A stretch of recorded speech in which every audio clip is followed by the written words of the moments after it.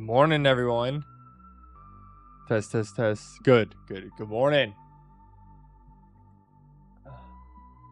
How we do? Oh my gosh. Dark High, good morning. Hope you're having a great Monday. Happy Monday. I see you said let's get back on track. Pumani, morning.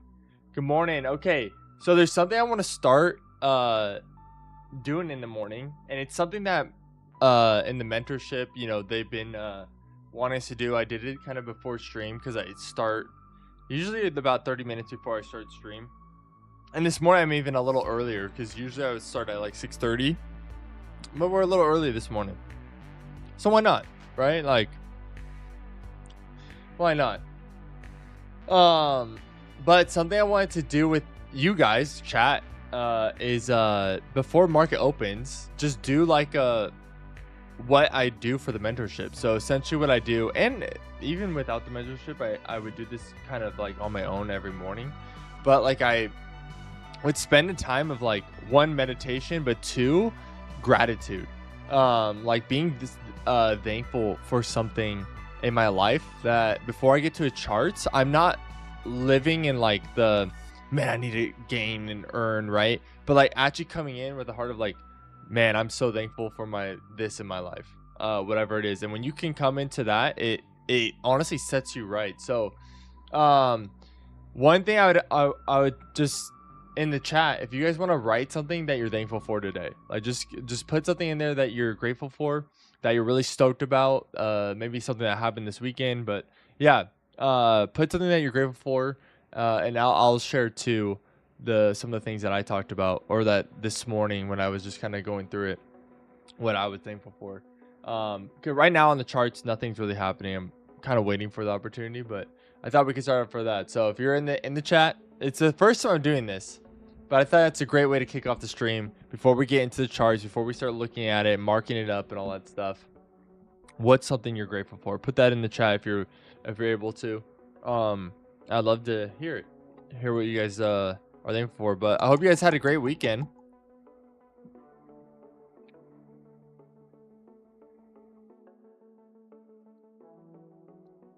Honestly, for my wolf dog, holy smokes. Wolf dog, I've seen pictures of those. That's crazy, dude. You have a wolf dog? That's sick. And the food, good, yeah, that's good. Good job. Thank you, Dark Eye, for sharing. I really appreciate that.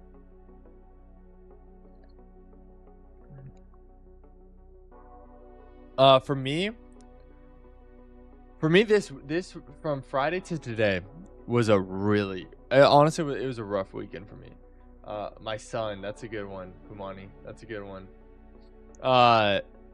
This was a rough weekend. Friday, I almost got like no sleep. My wife, she got like injured. She couldn't move her back, and like she got super jacked up. So I had to take her to like the urgent care. We had to deal with that, right? Got him from the shelter. Oh man, nice, dude. But yeah, my wife like got super jacked up on the weekend. On Friday, got hurt. Back was like cramping and spasming out. Like she was like stuck at like a 90-degree angle, like bent over, and all night she couldn't sleep that night. And I was like trying to help her like with a heating pad, or like maybe rubbing a little bit on it, because I didn't want to like hurt her or anything. But it was weird. It was super weird. And that day had to deal with like urgent care, getting her medicine. I also had that big event I think I told you guys about.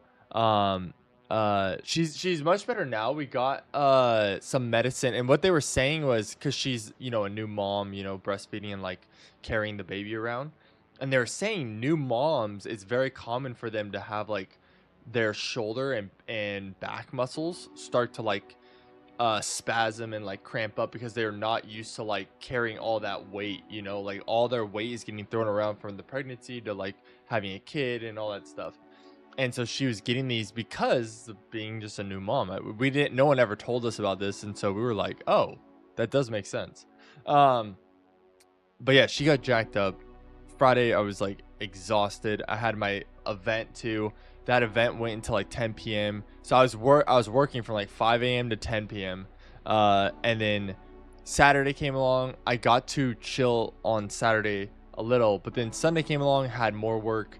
And then on Sunday, I got pulled over too. And I got a ticket.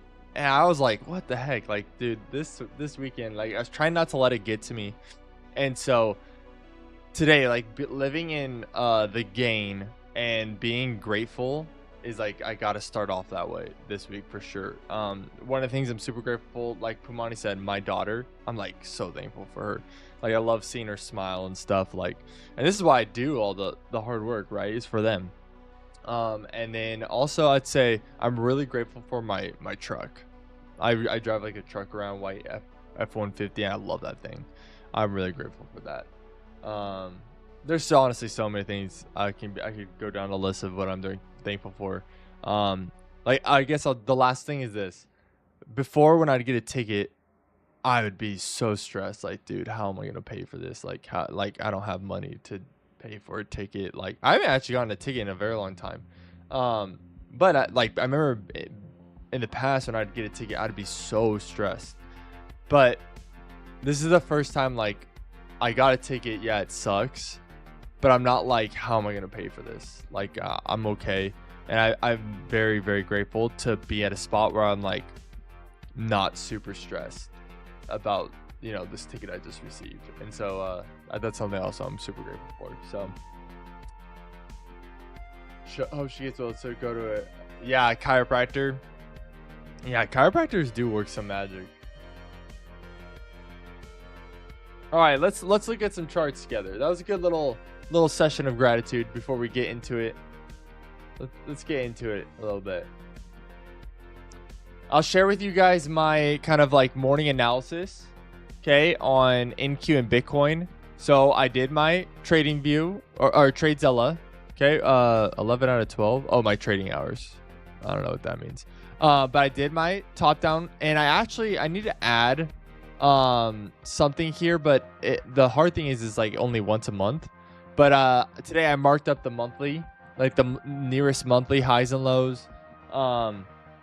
And I also marked up like weekly highs and lows because it's a fresh new week. But Bitcoin's looking. So Bitcoin, for me, what I wrote here is marked up the 4-hour 1-day ranges. Price on NQ looks bullish, but could see a correction into discount. Same for Bitcoin. So what I'm seeing is like price on NQ and Bitcoin. Like if you go to these higher time frames, like let's go to the day, right? It looks bullish. We've kind of broken some of these highs. We've displaced to the upside. Price is looking bullish, but it does look like we might see a correction to discount. We could today also target these highs potentially, and like maybe the 200 EMA.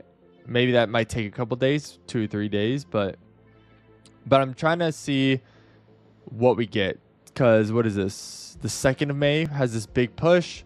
We're opening up kind of today in a bearish, like the candle's looking a little bearish. Maybe we're just creating our wick, but we could potentially target previous day highs, which is actually previous week high also, and the Friday high. So if we look on the 1 hour, like, so Bitcoin and NQ look very similar, okay? The 1 hour in NQ looks like it could come down into discount, okay? Same for, let me move Bitcoin over here. Bitcoin on the 1 hour, I'm kind of interested to see, are we targeting this external range liquidity down here and actually going to head to discount on the higher time frame, or is the 1 hour kind of already in discount, and is it going to start pushing to maybe this external range liquidities of these highs on the 1 hour? There is a monthly high that is right here on Bitcoin, so I'm kind of interested to see how we react today. And today I'm kind of I've been in a short since 96200 on Bitcoin, 100% P&L. Nice, dude. Let's go. That's so good. Good job, Pumani. That's a killer trade.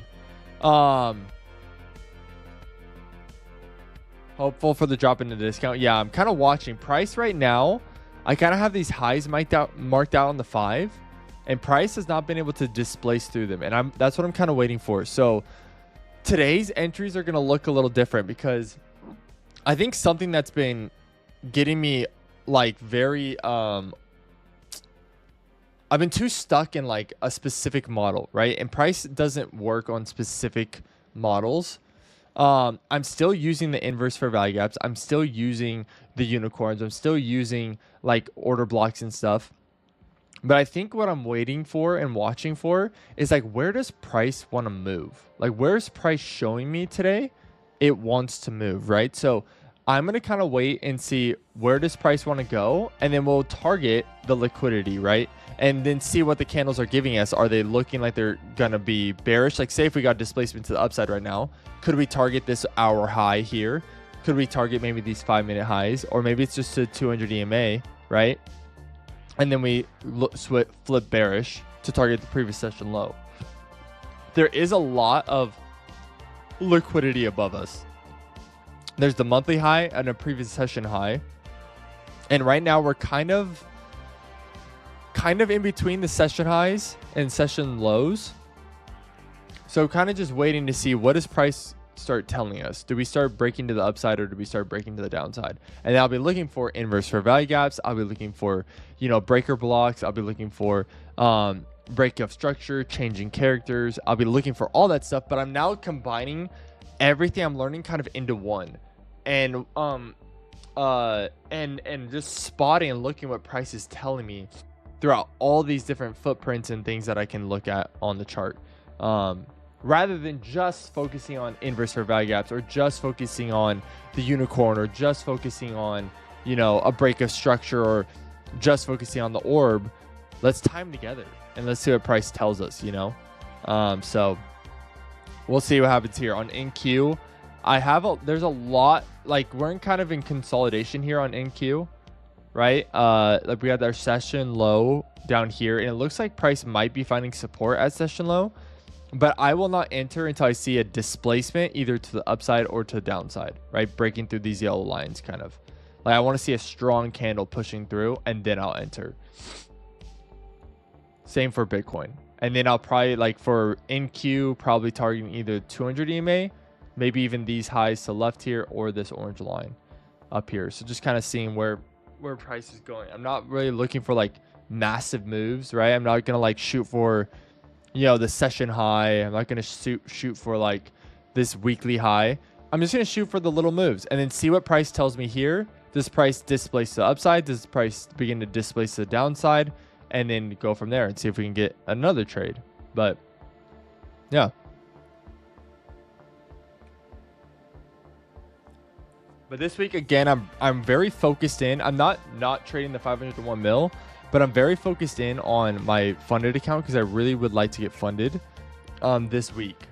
And that's one of my main goals, but I'm not going to be like forcing it. I'm just going to like do my strategy, do my rhythms.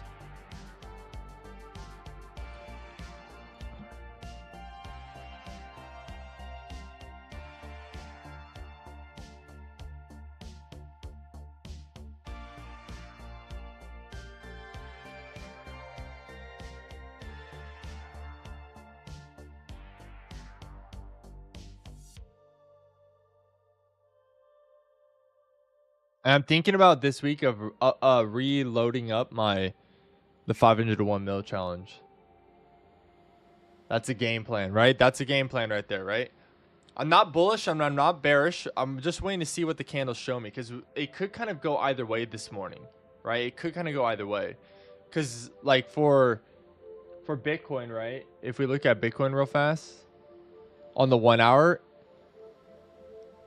If this is targeting external range liquidity, that would mean this move would have to come into premium at some point before it continues on to the downside. So we could see if this maybe is going to be the bigger correction.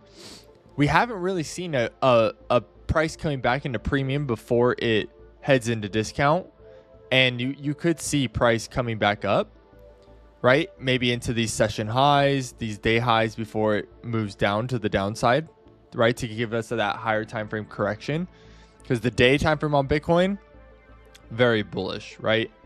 Very bullish. There's a fair value gap below us on the day time frame. There's this kind of consolidation down here.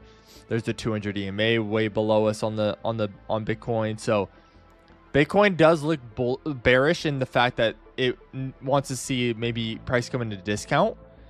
But on the hour time frame, right, it could see a little bit move to premium before we head to further discount. So, and I'm just going to let the 5-minute time frame kind of show me where is price being aggressive towards. Is it going to be aggressive towards the downside, or is it going to be aggressive towards the upside? And then we kind of play it from there. Testing the fair value gap. Yeah.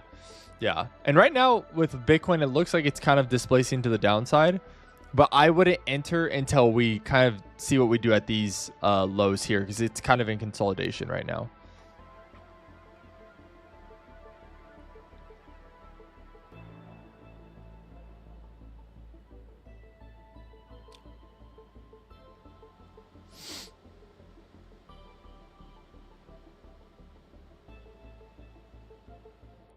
NQ hasn't really inversed any fair value gaps over here. It's actually, if anything, been kind of respecting fair value gaps. This one kind of respected this order block, and this one respected this fair value gap here and pushing off. So NQ is looking like it wants to go bullish, but NQ also is just trading sideways right now.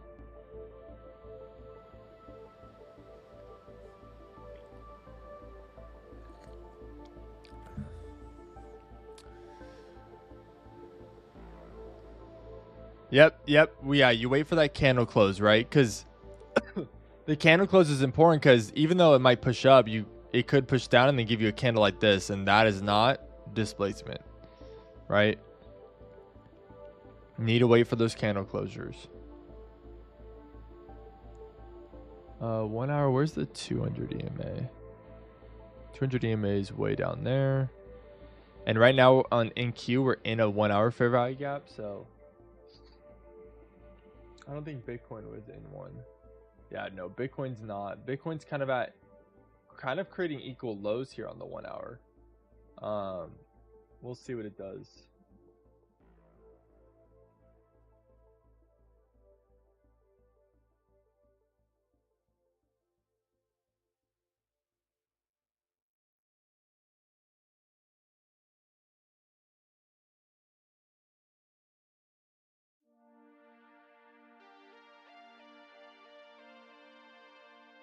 All right, and what time is it? All right, market is open now. So market is open. 6:30 a.m. Let's see what we kind of get to. We'll mark up the orb.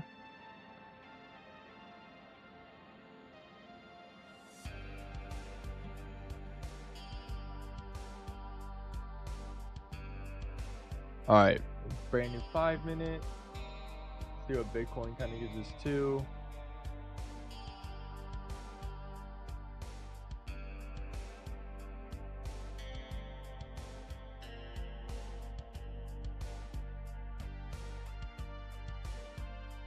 There we go. Market is open. Market is open. I think if this candle kind of closes above all these yellow lines here on NQ, I think I'll take a long on that and see what it does. But gotta wait for that candle confirmation. Bitcoin is not really at a place of giving any kind of confirmations. Bitcoin could start inversing fair value gaps to the downside, though, is what it actually is looking like. Yeah, Bitcoin's actually kind of going a little bearish. We do have red folder news at 7 a.m., which is PMI. I'm not sure how strong PMI is, but that's something to take note of too, that there's some red folder news coming at 7.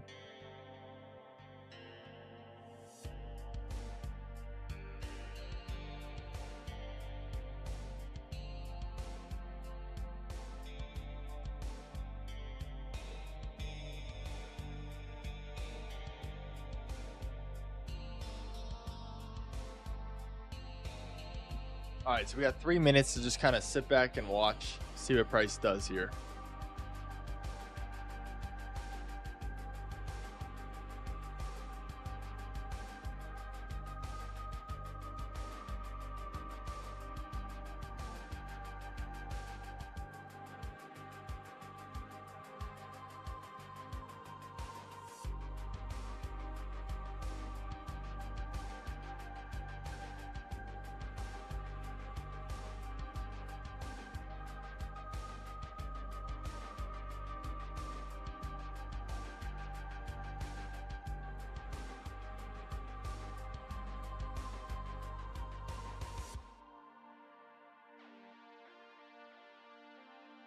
Oh yeah, Bitcoin just had a big move to the downside.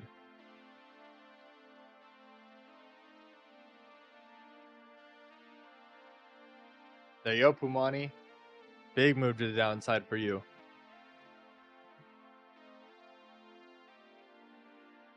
All right, about 2 minutes left on these 5-minute candles. Let's see what it gives us.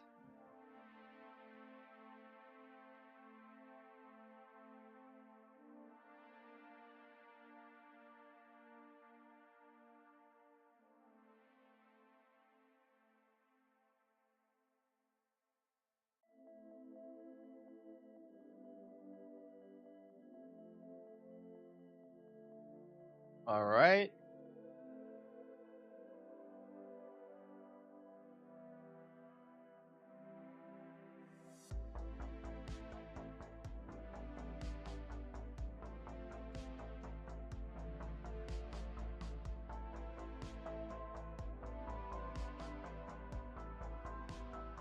Yeah, final minute on this 5-minute candle. Let's see what price does here. Okay, Bitcoin looks like it's wicking off those lows.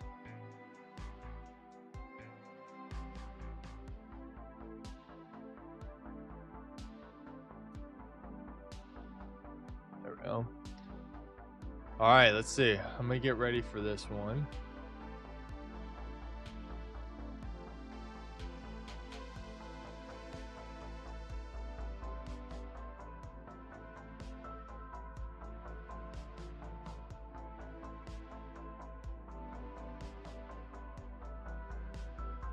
Yeah, Bitcoin had a big wick. All right, 10 seconds. See how this candle closes.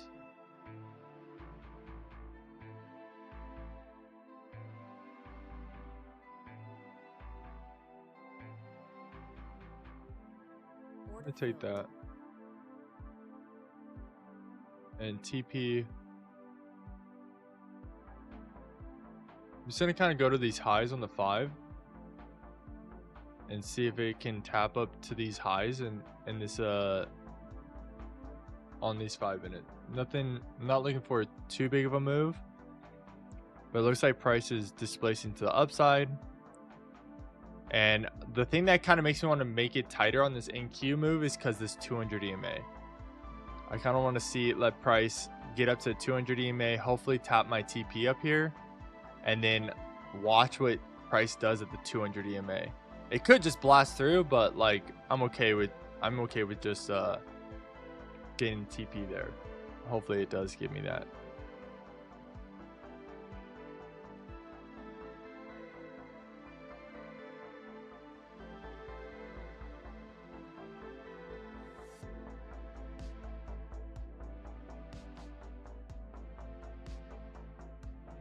And stop loss at this lowest low down here. So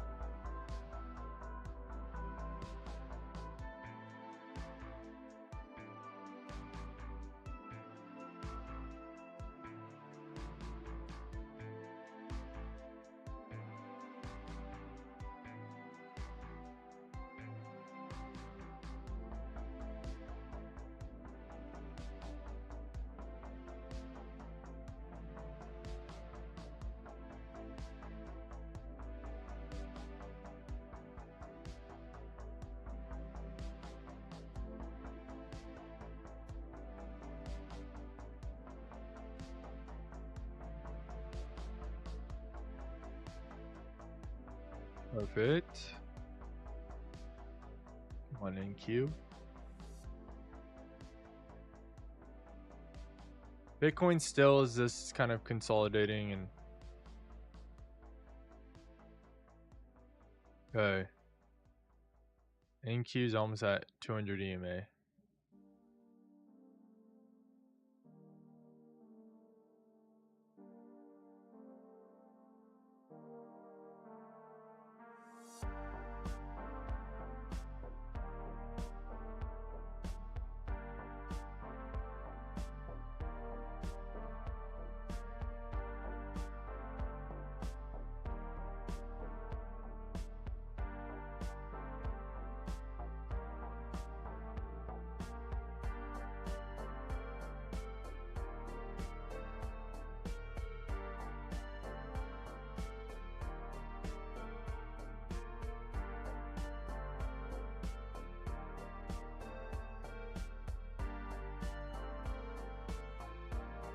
Dude, we might get it in the first in one candle.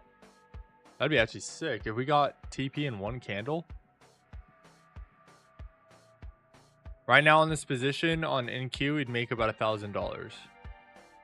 I don't know if after commissions and stuff if we would, but we'll see what it gives us. Kind of tempted to move my TP to the 200 EMA. Oh man, that wick doesn't look very good. All right, last minute. Let's see what the last minute on this candle gives us. If this gives us like some crazy wick, I might just call it on that one, because that might mean that there's actually a lot of resistance up here.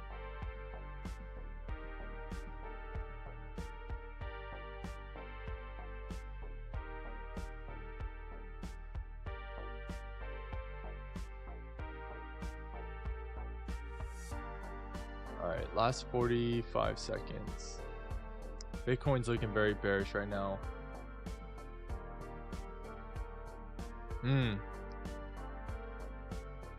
Let's see, do we get some crazy wick here? If we get a crazy wick, I might close this one.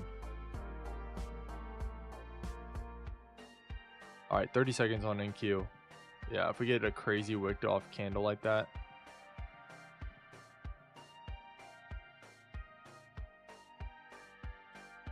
Wow. I can't flip. Yeah, that's...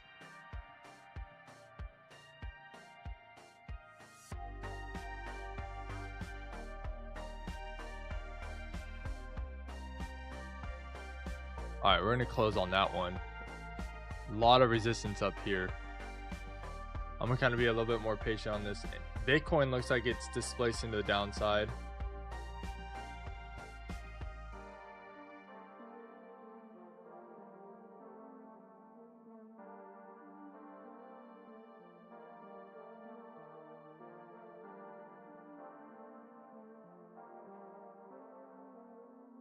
I just entered one on Bitcoin.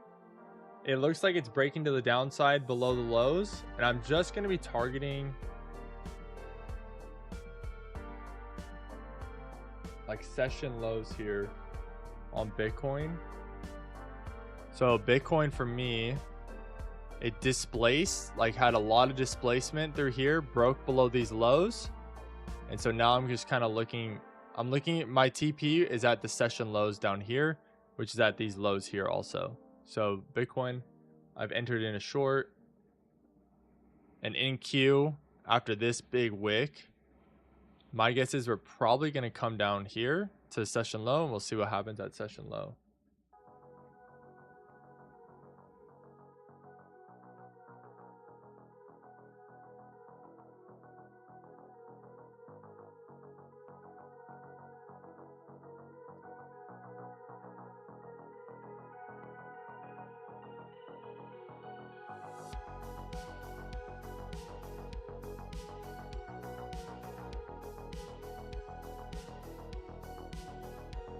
You could have set stop loss and profit. The reason why I didn't want to set stop loss and profit is just because I want to let it play out, right? I want to let the candle tell me.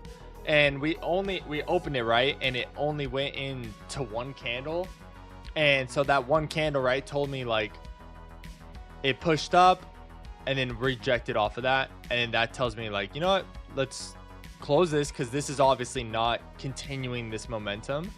And so for me, I'd rather just let the candle tell me than moving my stop loss up. Because I've been hurt. So I've been like burned so many times by moving my stop loss up.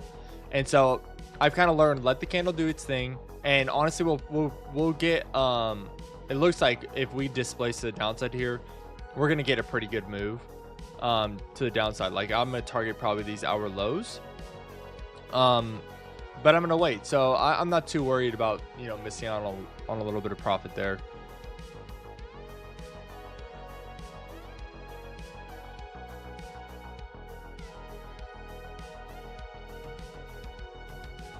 And price actually failed to break above the 5-minute orb. So price here pushed out, but then wicked back into the 5-minute orb. So kind of interested on that it did fail to like hold the candle above the orb, this 5-minute orb. So And Pumani sent a pretty cool video on like this orb tool. I didn't buy the orb tool or use it, but we'll see what it we'll see how it kind of reacts this morning to the 5-minute. But it's still in that 5-minute orb. What about Bitcoin?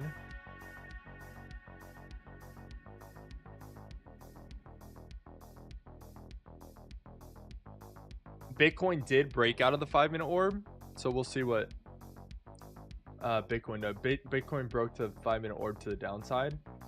I'm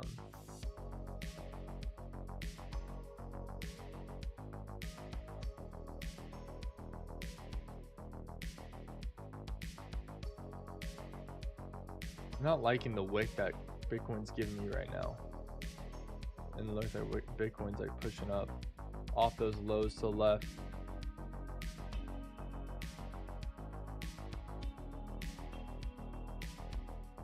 If this candle decides to close bullish here, I think I'll try a long here again on NQ.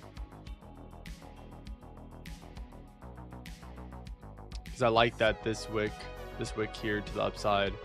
And I want to see it close kind of out above these highs again. And maybe even outside the orb.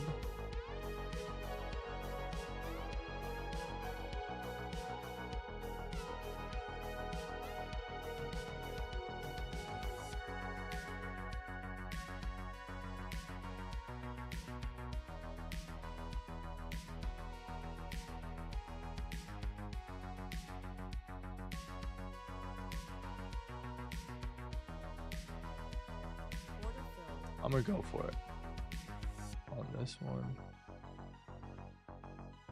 And yeah, TP is kind of at this hour high.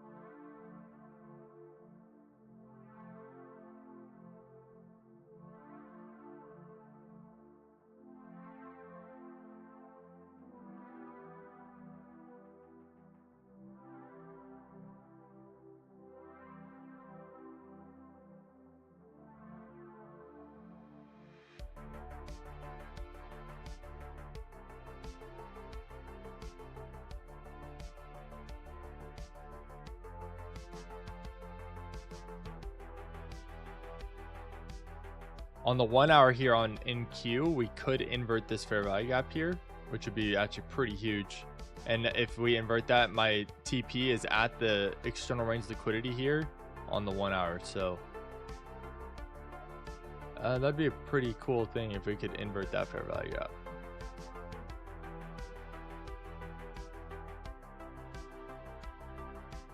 Bitcoin looks like it might target the external range liquidity to the downside on the 1 hour. And it looks like the 1 hour on Bitcoin is respecting the fair value gaps above it. So I'm hoping the short plays out. The short's not like a huge short that we're targeting, but just a little move to target those lows to the left of Bitcoin on the 5-minute.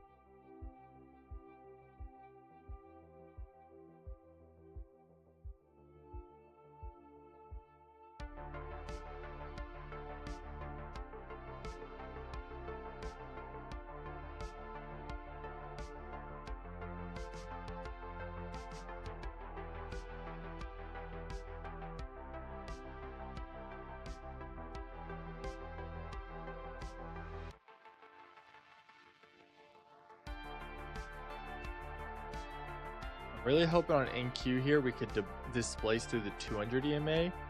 That'd be really what I would like.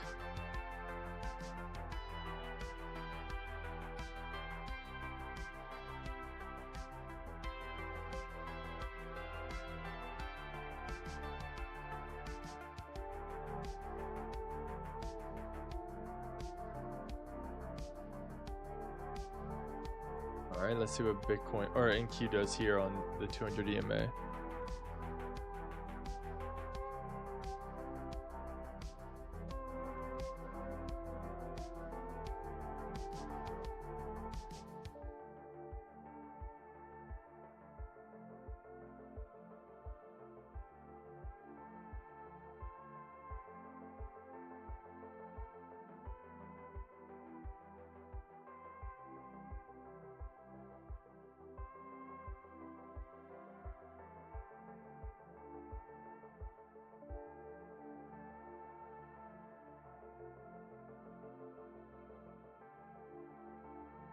Bro, come on, NQ.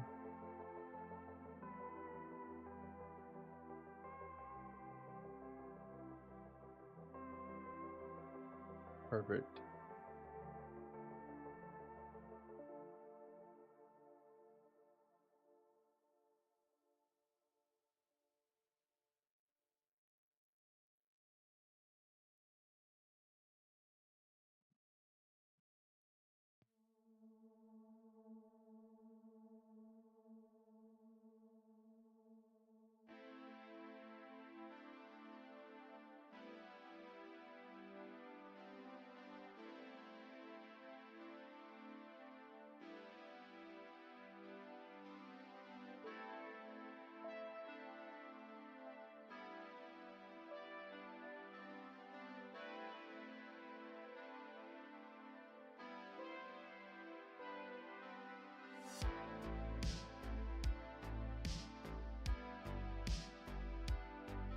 Uh, 650. So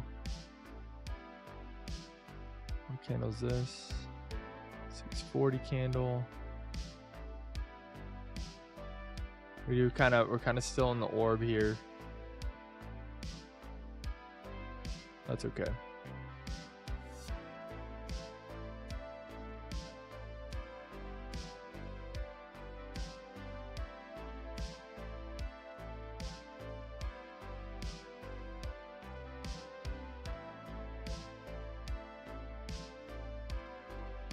Price right now for NQ is above these highs, right? It's pushed above these highs.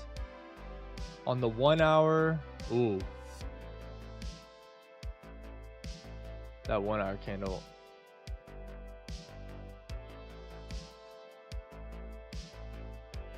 That's not looking too bullish.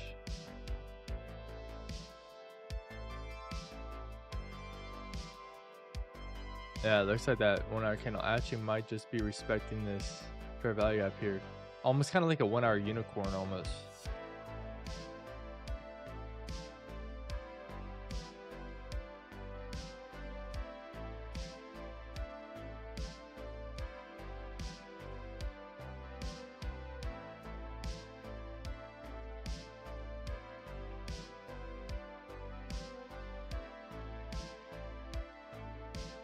I want to see what it's kind of doing to these lows here. We're at 3 minutes on this. On these, I'm looking at like these candle wicks and lows here.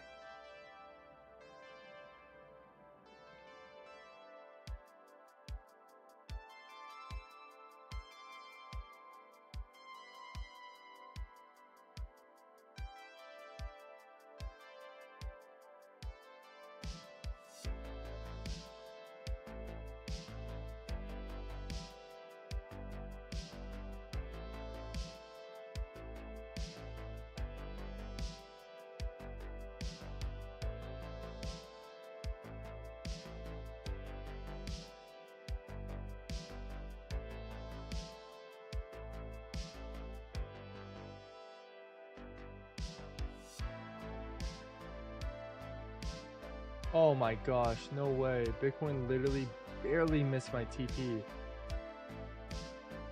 How did you miss my TP, bro? What? You gotta be joking me.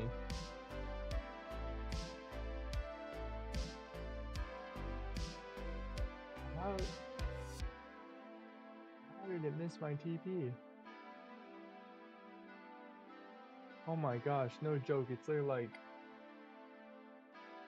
566. Oh my gosh, it's like 70 cents away from my... Dude, what the heck? It literally barely missed my TP on my... Oh my gosh. I swear, this doesn't hit my TP. That's so close.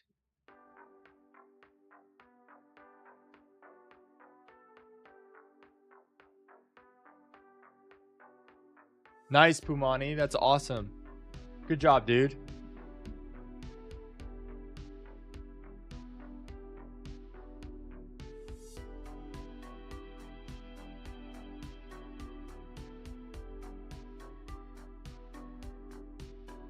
Dude, how did that not hit my TP? I'm so frustrated.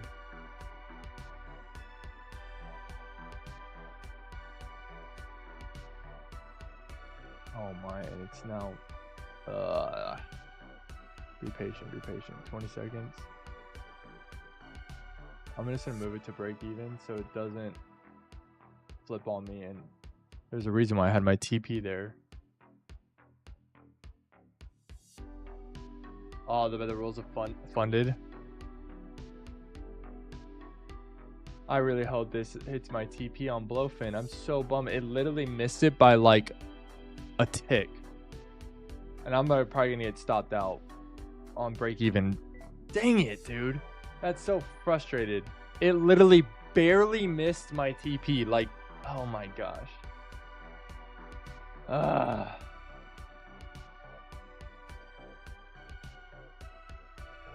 Dang it. That's so frustrating. Like, you've got to be kidding me.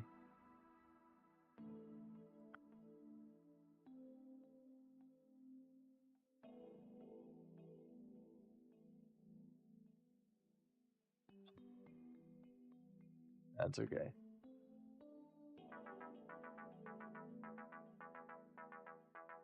On the 4 hour?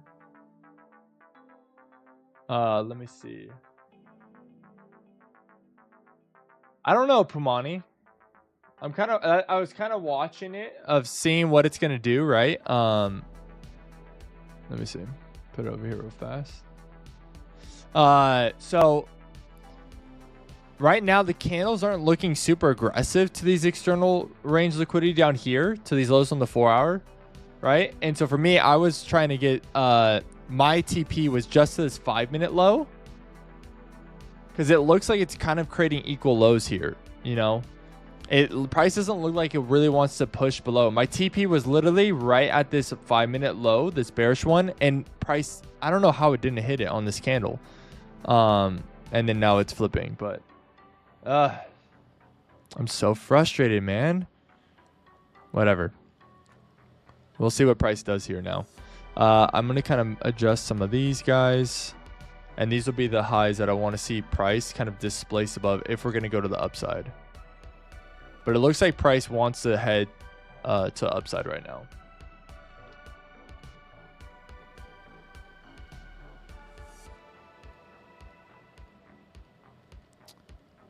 Okay, so 5-minute inverted this fair value. Oh, wait, no, there's not a fair value gap there. Not a fair value gap. So this is our 630, 630 to 40. So this is kind of like our... See, so this price for me right now looks like it's wanting to displace the upside. You know, and I want to see what it does when it displaces, and then what it does at these highs, right? And then for me, I'd probably target just these hour highs. Man, that's so frustrating, dude. Or bounce off, exactly, right? Like, what we got to see what the candles do here. But this momentum right now is very strong. What this momentum looks like to me is that smart money came down here, filled up, right? They took out some liquidity below these lows, filled up, and now they're ready to go, you know? So that's what I'm kind of seeing here.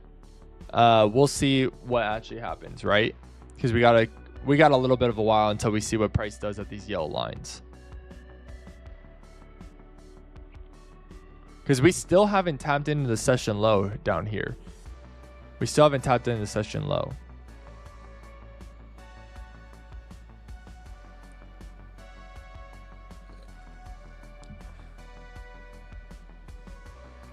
I still can't believe it didn't hit my TP. Ugh.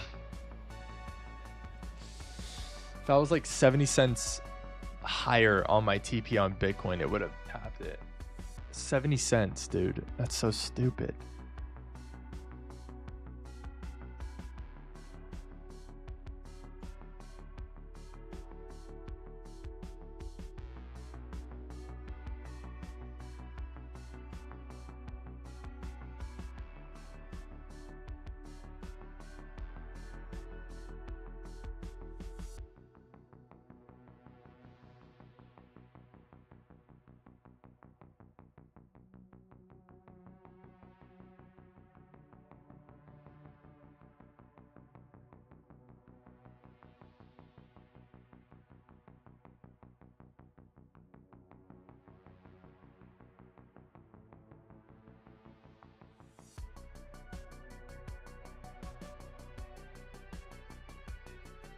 I moved my TP down a little bit on NQ to these highs on these 5 minutes.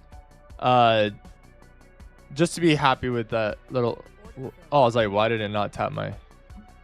Just to see what we do here.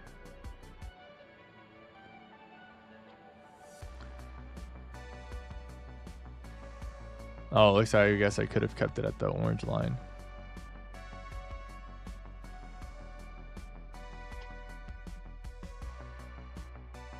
Okay, we should have got red folder news too. Red folder news is bullish, so we have that on our side too. Red folder news came out bullish. Could see maybe a little bit of correction beforehand, but we'll see. If we displace like this and continue this displacement, I might see if I can get another long here on NQ. And then honestly, probably target session highs. We're probably going to go to session highs today.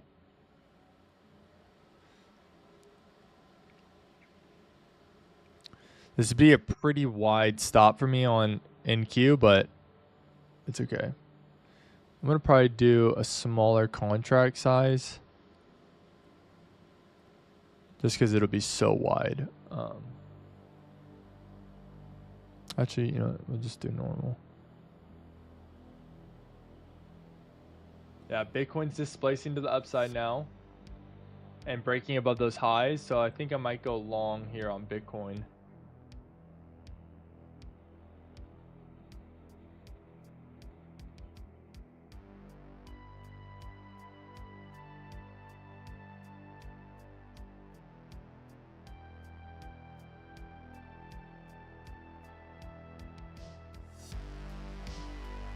We'll see though. We got 3 minutes left on this candle. You think it would below 92,800 or bounce off? Yeah, close my trade. Nice. Yeah, that displacement is pretty aggressive to the upside right now. For Bitcoin, we could target session highs also, just like NQ. We'll kind of see what happens today.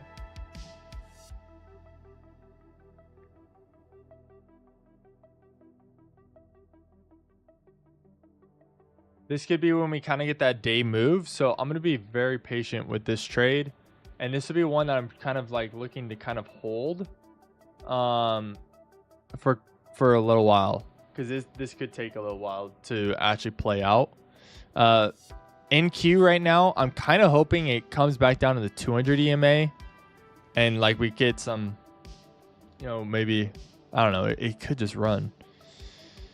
It's looking pretty predominantly bullish right now.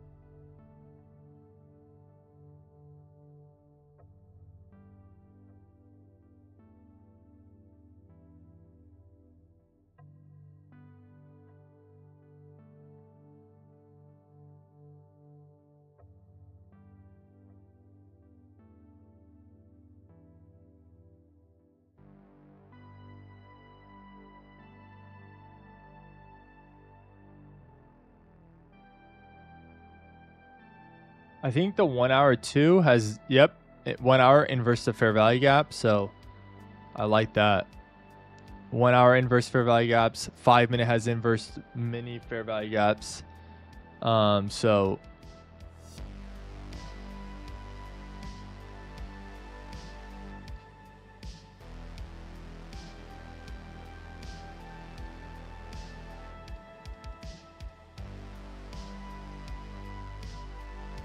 that's a good trade though, Pumani. That was a good one. Good job, dude.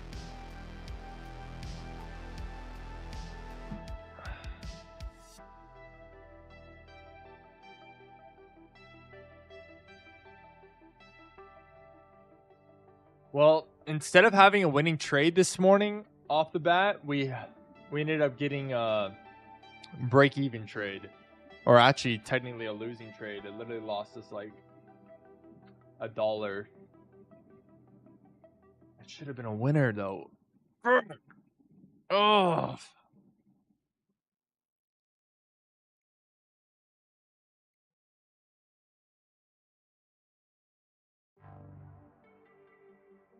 Yeah, dude, it's so that should have been a winner though. It literally, the green line in my candlestick were literally touching, and it didn't hit the.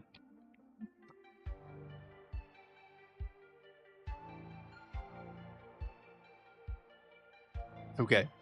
It's okay. We got a winner over here on in Q at least. Ugh.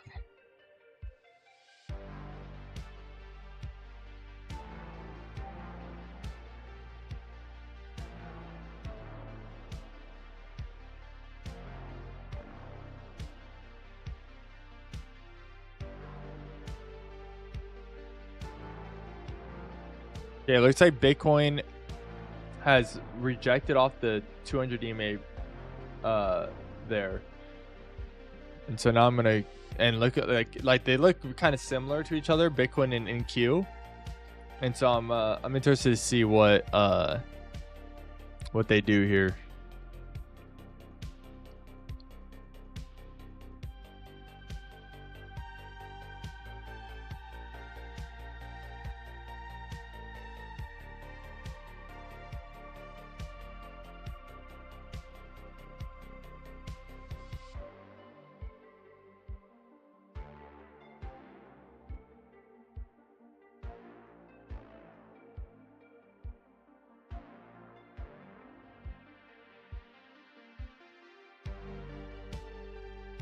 Okay, it looks like right here on NQ, we just inversed this fair value gap.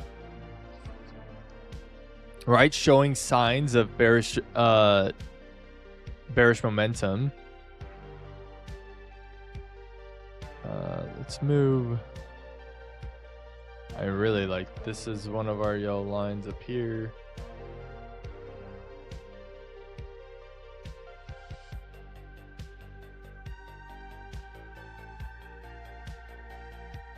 All right.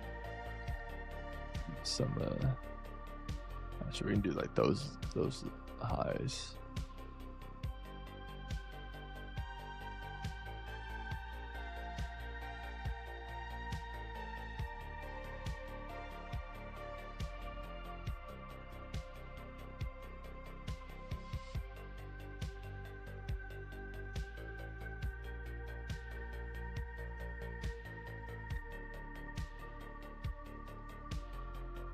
Okay, NQ is kind of playing around here on the 200 EMA, so kind of want to see what does it start showing us.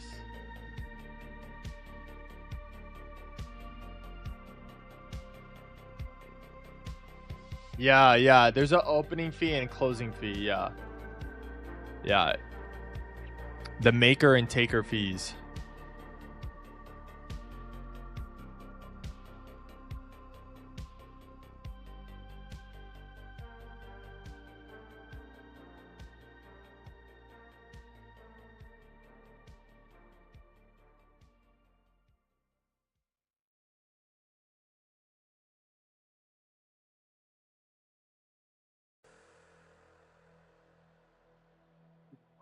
Bitcoin.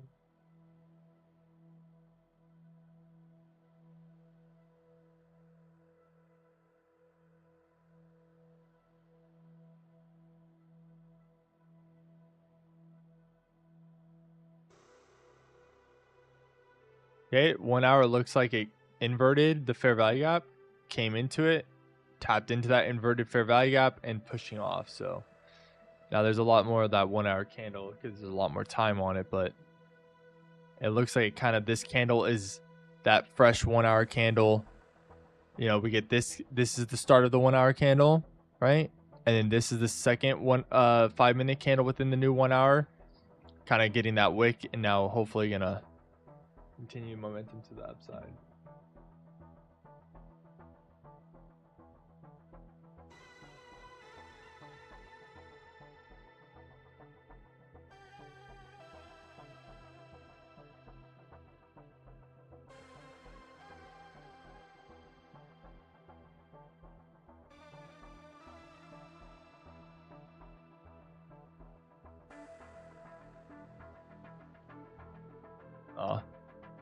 No, we've been hopping around on the BTC chart. That's this chart right here. It's just not really doing anything right now. It's just kind of like, you know, it had a strong wick off here, big wick off here to these lows that we as soon as I saw price heading this way, I thought it was I didn't know because you can't know for sure, but I was targeting these lows here because price looked like it was coming to attack this low and maybe even the session low. And as you can see, it targeted those lows there, wicked off, and now it's pushing off to the other side, right? So now I'm just kind of waiting for Bitcoin to kind of give me, you know, the opportunity. It could also sometimes Mondays, you know, just consolidate, but we did get bullish red folder news, right? We did get that. Which that's probably this move here, right? This candle here is our 7 a.m. candle, right? Bullish red folder news, price pushes up, and you know, I don't know if PMI is that strong of a red folder news, like some of the other ones, but okay, let's get this stuff out of the way.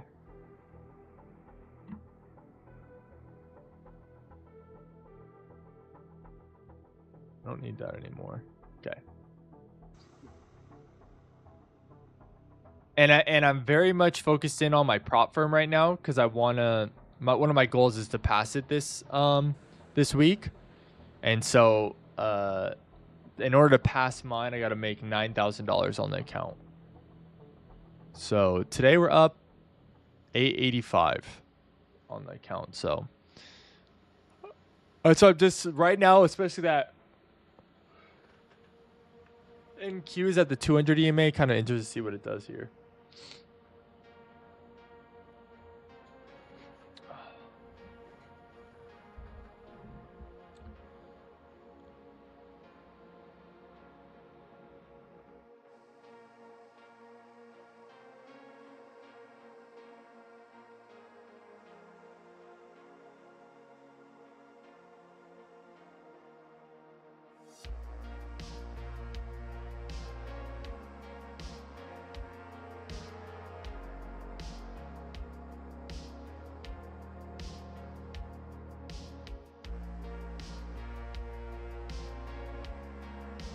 All right, Bitcoin looks like it's coming back down into the orb.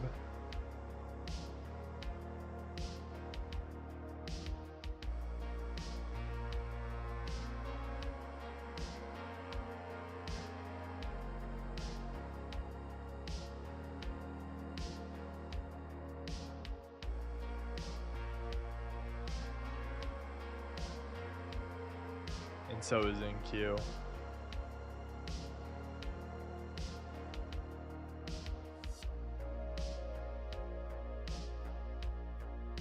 I just want to kind of, the reason why I'm marking out the 30-minute orb is just like, I just want to see where price went within the first 30 minutes of market open, right? I'm kind of like just seeing, okay, this is our gap of where price had played around with within the first 30 minutes of market open, and let's see how we're kind of reacting.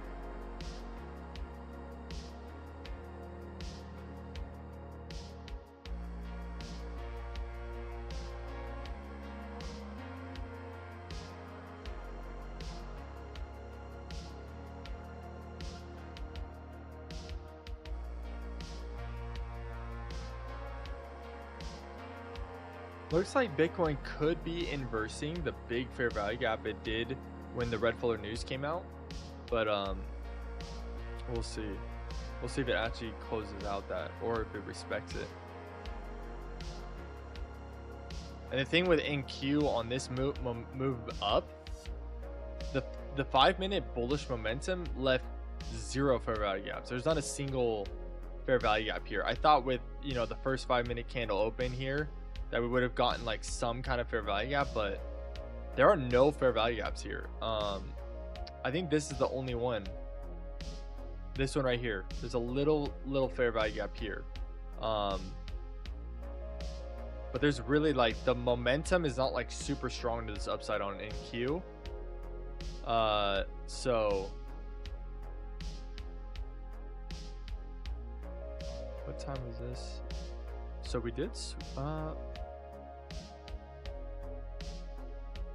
I guess we did sweep the session lows here.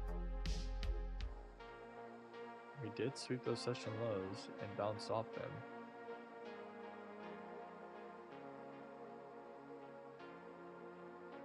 We could on NQ target these session highs. We potentially could.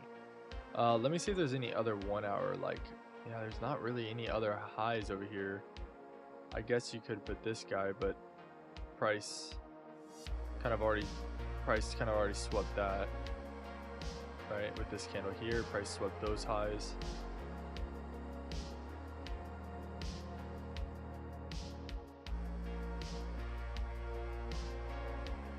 It seems to be respecting this fair value gap here too with the session lows. All right, we'll see. If I start seeing displacement to the upside, I think we on NQ potentially could target the session highs.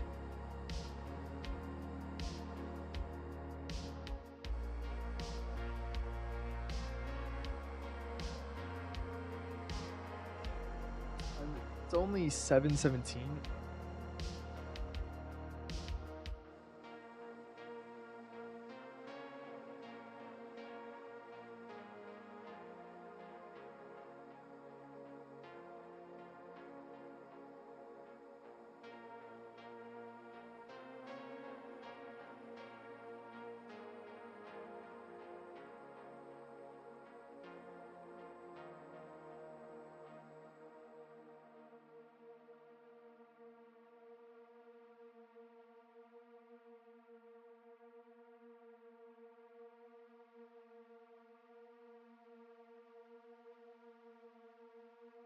It seems like if I'm looking at this 200 EMA, right? It seems like price is finding some support here, right? See how price is coming to below it, wicking up, coming below it, wicking up, coming below it, wicking up. And now price potentially is breaking and closing above these highs to the left on the 5-minute and displacing. So there's still 2 minutes left on this candle, but I'm kind of interested to see how does price react here. But it does seem like the 200 EMA is acting like a support zone for NQ. We're bouncing outside of the 30-minute orb. We're breaking this 5-minute structure to the left with candle potentially closing in the next minute and a half above those highs, right? So using those signals, price is giving me a story, right? That says, look, we're trying to go up potentially, right? And also on the 5-minute here, right, we have this fair value gap. Price has wicked into that fair value gap 1, 2, 3 times and now pushing off. No candles have closed through it, but wicks have gone through it and candles have closed out of that fair value gap. So that's another thing too to take note of. So if we get like a candle closure like this, I think I'm open to opening a long here on NQ. And then being patient with it and just kind of like seeing if we can target potentially session highs. Yeah, really session high would be what I'd be kind of targeting.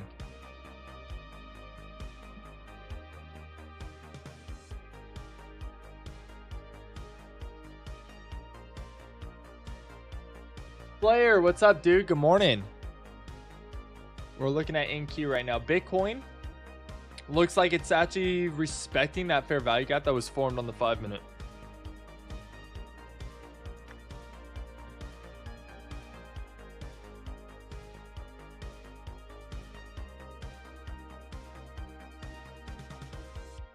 For me, I'm going to probably go a little lighter on this next position because we're already up a good amount this morning on our NQ positions. Kendra, good morning. We're already up almost a grand. We're at 885. And so I think I'm going to go a little lighter on the next position. I don't love this candle, so I'm gonna wait. I want displacement. We're going to go a little lighter, probably like a half the contract size of what we did before. And because if it does flip on us quickly, I don't want to like lose the profit. I want to at least end the day green, you know? So, but I'm still kind of waiting. I want like a displacement candle, not just a bullish candle. I'm looking for like a strong move candle. Which in hindsight, actually for this momentum, we really haven't gotten any really strong candles. Like this one could have been, right? This one could have been, but it wicked off really hard on these hour highs.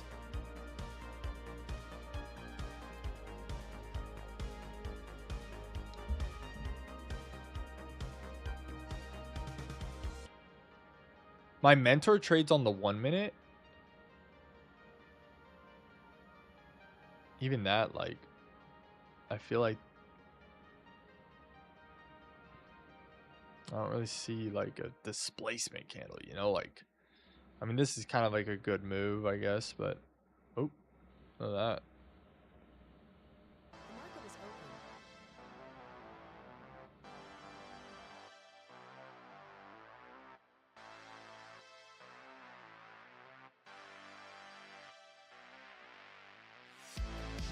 Okay, look again. Look what it did at the 200 EMA. Tapped in and then wicked off. It's raining again today, dude. Last week it was like kind of nice and warm outside. This week raining. NQ is bullish on every time frame. I'm gonna open a long too. I'm not in a long currently. I did, just so you know, Slayer, I did take one position already on up to the upside. That one was a winner. So just be careful. Like, don't just rush into something, right? Make sure you're doing your top-down analysis, Slayer. I'm sure you are. I'm just trying to be, you know, a good like reminder, because sometimes I need that. Like, oh yeah, you just kind of rush in, you know, and you just want to get the position open, right? But take your time, do that top-down analysis. I think you got time to really analyze the market, see where it's going, right? So let's do something. Sometimes what I like to do too, when I've been staring at just the 5 minute, I like to kind of go back through too, like on the day time frame.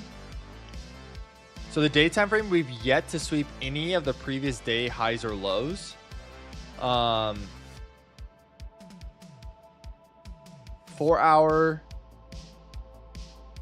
hours seems to be respecting this fair value gap here on NQ, right? 4 hours seems to be respecting this fair value gap. We would want to see displacement though out of this, right? Let me do this. We want to see displacement out of this now.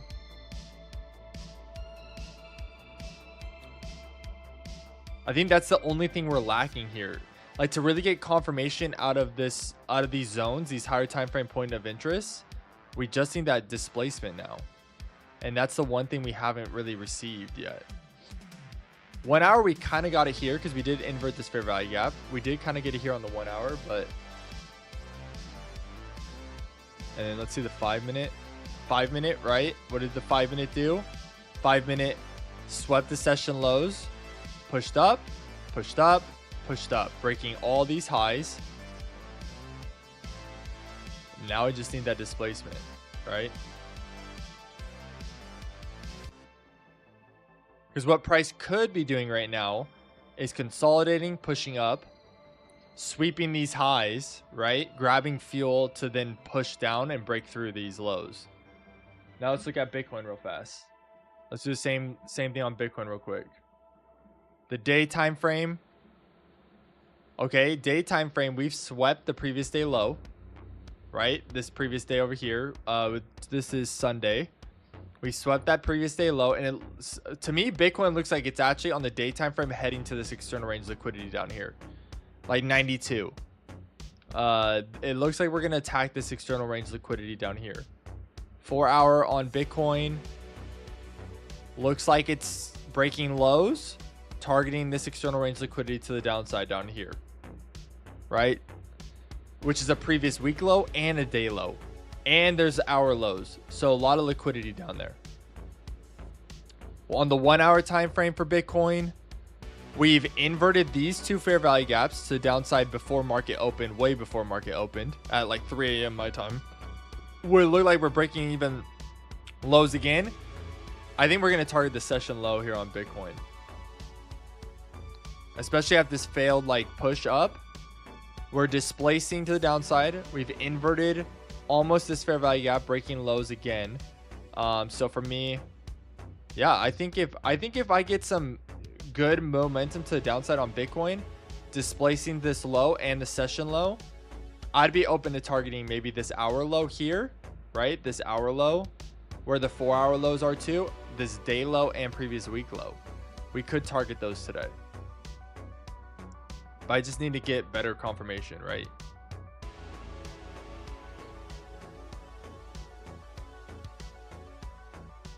Okay. Still, a candle has yet to close below the 200 EMA on NQ here. It looks like it's holding that 200 EMA. Okay, Slayer, let me read what you just said. I'm not in a... No, I'm sorry, Slayer. I wasn't trying to accuse you of being in a rush. Not at all. Just trying to be like an accountability, you know, like holding each other like... Because I know you just chatted. So I just wanted to make... I know sometimes you have school in the morning and stuff, so... I've been using a new strategy that works really well on the 1 hour time frame for the NQ. I backtested it over the past 2 months, and it shows a 73% win rate with an average of 1 trade per dirt. Nice, nice. I'm a huge advocate of like less trading per day. I'm a huge advocate of it. What's the strategy, Slayer, if you don't mind me asking? What's kind of like your entry requirements? What's kind of like the model? What are you kind of basing it off of?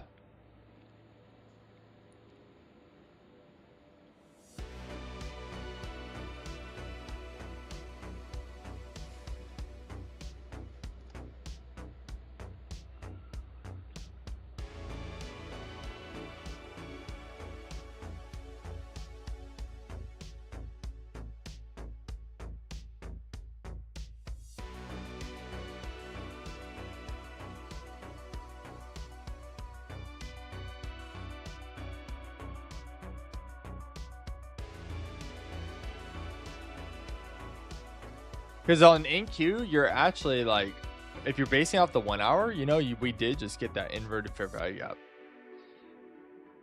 This 1 hour though, just the current 1 hour just doesn't look that great, right? But there's 30 minutes left in this candle. So this candle could easily just push up and close above these orange lines that I have marked out. Let's see the 30 minute.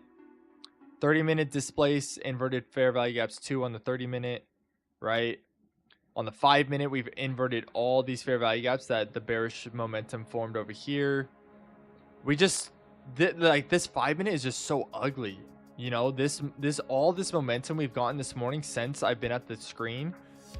Because I get at the screen at, I'll show you my line. I get at the screen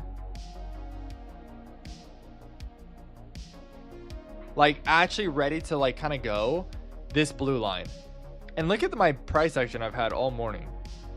Like this is terrible, right? This is like terrible price action. So I really haven't gotten like a great trade, you know, like oh, that's so right. It's like, oh, yep, there you go. Why didn't you take that entry, right? Like these are all ugly, like crazy wicks on either side. No fair value gaps really, except for this one. Like, yeah, just terrible price action.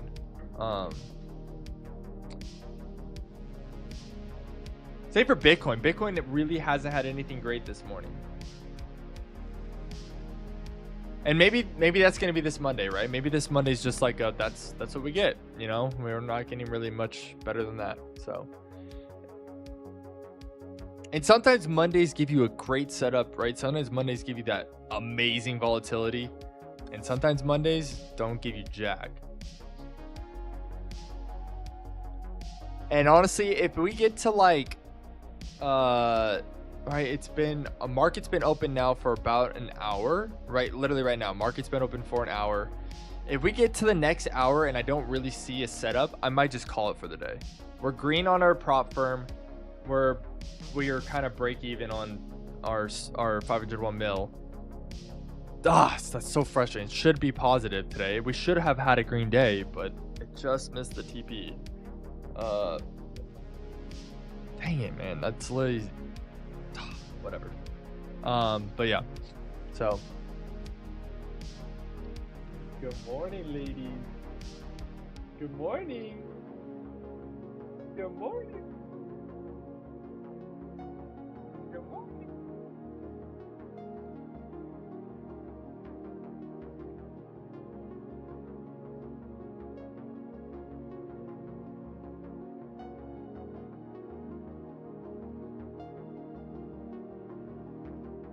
Still, price is still holding that 200 EMA.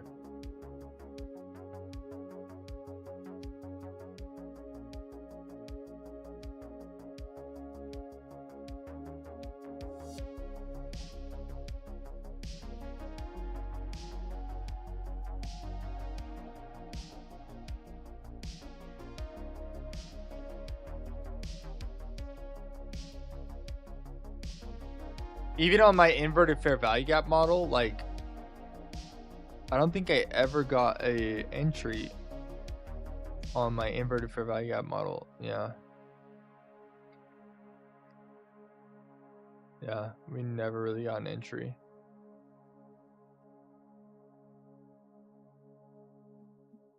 Okay, we might invert this fair value gap here on this candle. This little fair value gap here. And what I might do now is I want to see what price does at these 5-minute lows. Okay. At these 5-minute lows. Okay.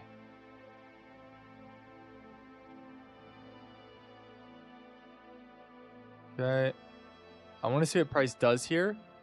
Because if we displace the downside, I might be open to taking a short here on NQ just like some of these lows. Because right price will sometimes like to come up, manipulate, right? Manipulate, taking out some of this liquidity, and then continuing on. So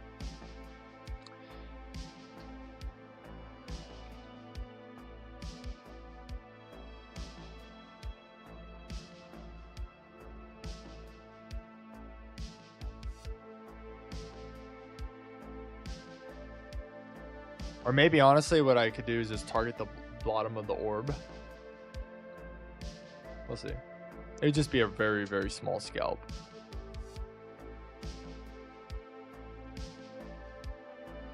Yeah, if we displace below these lows, like get a good candle push, I'll probably just shoot for like this low here on NQ. Just a very, very quick thing.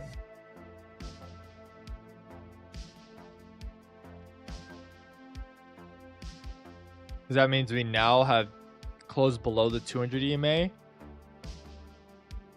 and finally broke it.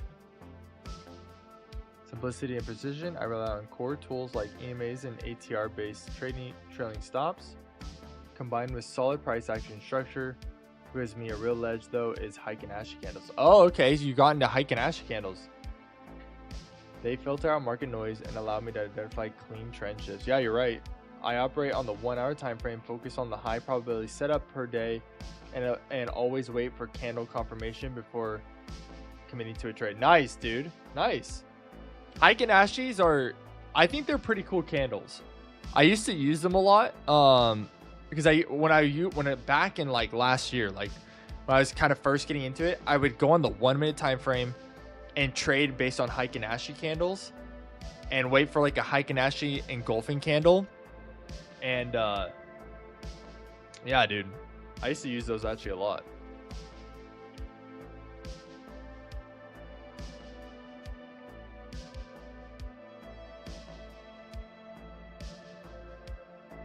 There's actually one YouTuber who I kind of learned a little bit of the Heikin-Ashis from. His name's like, I think it's like Juvier. juvier trades, and he only trades high Ganache candles. Like, he doesn't, I don't know if he doesn't like give good much. All right, I'm gonna take a small little scalp here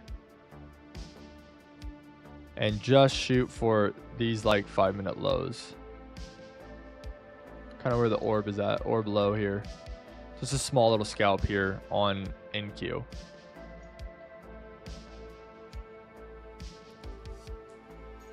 Yeah, this low here.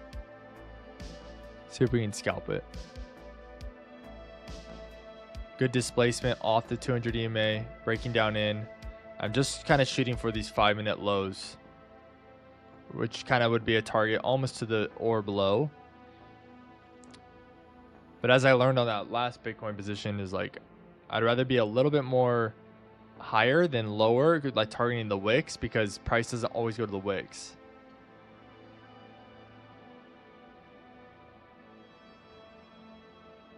Oh, you can't. Oh, that's kind of a bummer.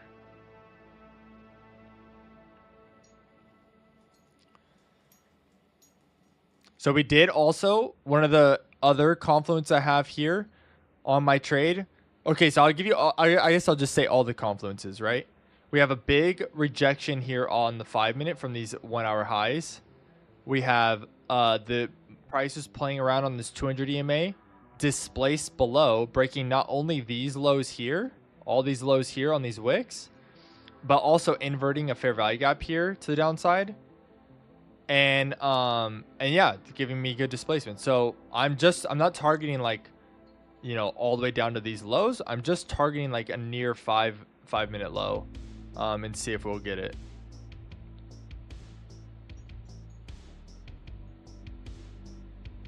Honestly, if this one is a winner, I might call it for the prop firm today, because that would put me over $1,000 in profit. So I think I might call it. I'd just probably wait. If I'm going to take one more trade, I'd really want it to be like a very clear entry. Right now, none of these have been like super clear entries. That's why I'm being very small on my TPs, because none of them are like very, very clear.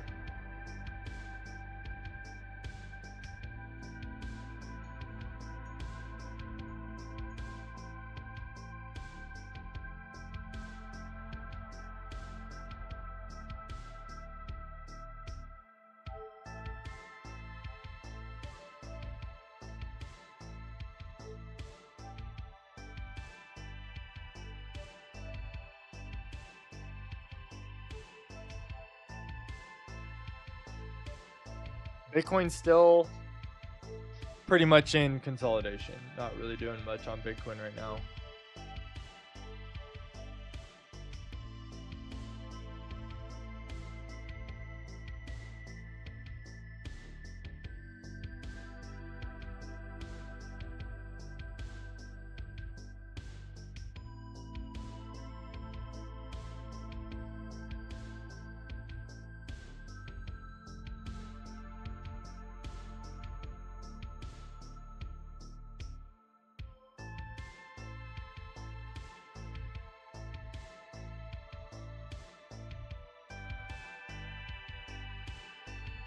I was hoping that for this little move here, we would leave a fair value gap. One, so that if we did tap into my TP, and if price decided to start going to the opposite direction, we could start inverting fair value gaps to the upside, but looks like it's very choppy right now.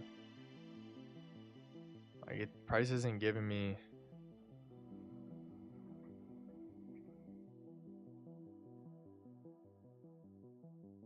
It's a big bullish candle though.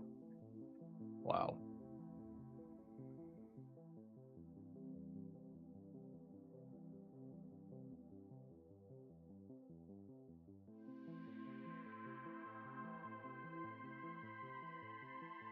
It does.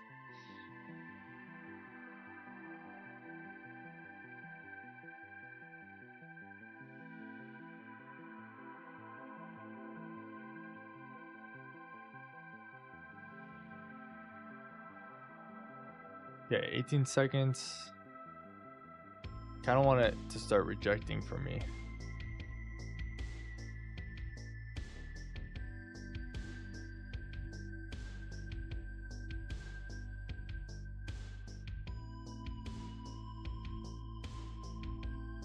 Okay, it didn't close outside the orb. And it's still playing at the 200 EMA.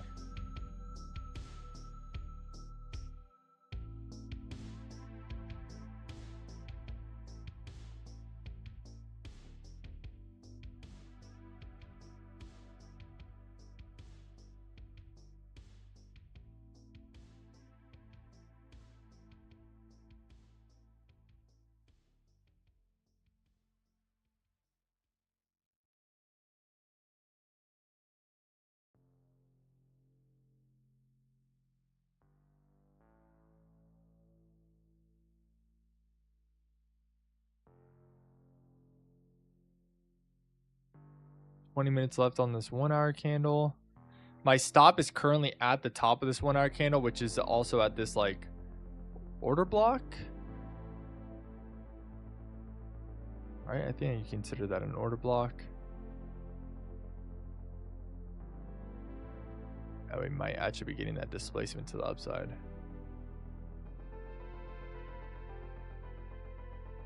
Darn, I was hoping we could target at least the orb low here on this move, but it looks like it might actually not. Ooh, I got trapped. I fell for the trap. I'm gonna move my stops just as high, so then if it does start displacing, it would still actually be positive for the day too if I got stopped out. So Bitcoin also looks like it's starting to flip to the upside.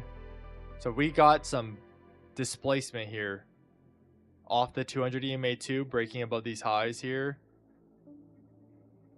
I could then be ready for a long.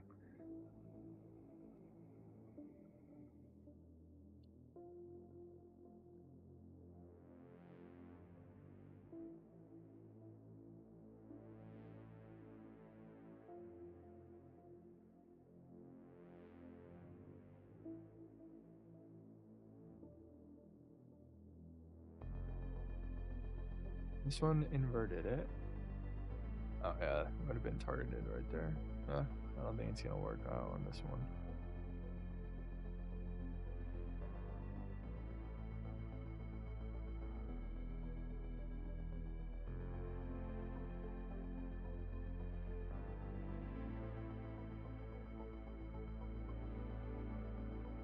Yeah, it does. NQ does move quite a bit. It likes to grab that liquidity. It loves to like move up, grab the liquidity, then go right in the direction you thought it was going to go.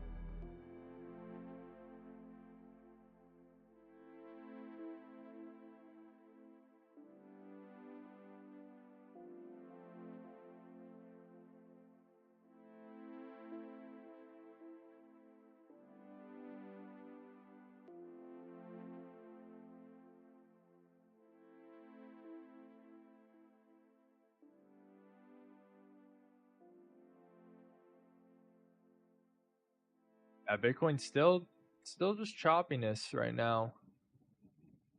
Literally just ranging inside the orb. So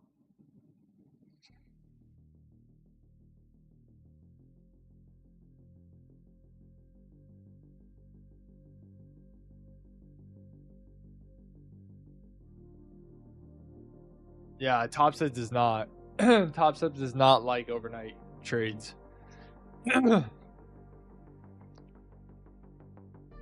Yeah, I try on NQ because they don't like, right? Like in these prop firms and futures opportunities, they don't like you to hold trades super long, or not like that. that they don't mind it, but it's like the market closes right for the hour. Okay, this is the first time in a while that price kind of closed without touching the 200 EMA. We might finally get that displacement here.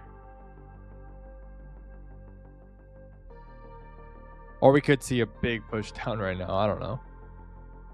Price has just been choppy and gross.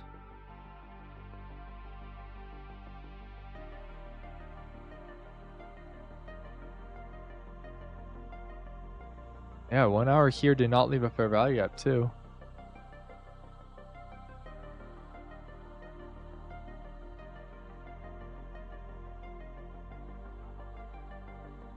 I'm gonna close this guy and I'm just gonna be ready. So if it decides we're still green for the day, but not really ideally what I would like to be green.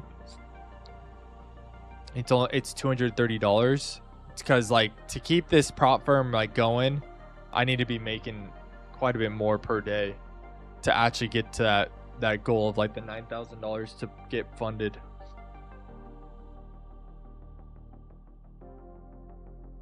Ideally on the prop firm, I'm making around $1,000 a day to like really get this thing moving properly.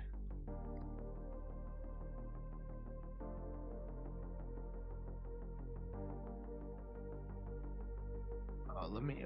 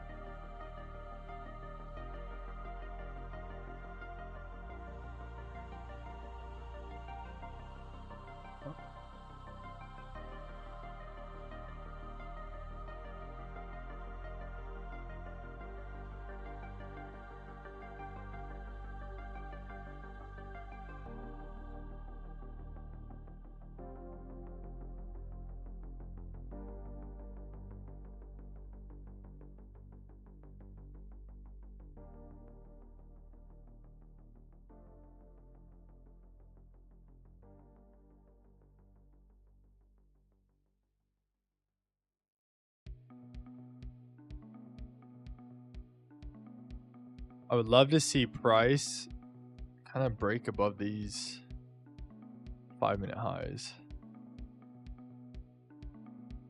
That's like kind of the last one, and it looks like price, right? Manipulated here. I got manipulated.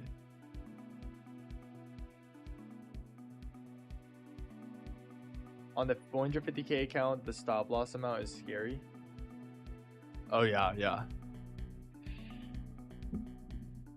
All right, Bitcoin looks like it finally might be making some moves. We'll see. We're a little ways away.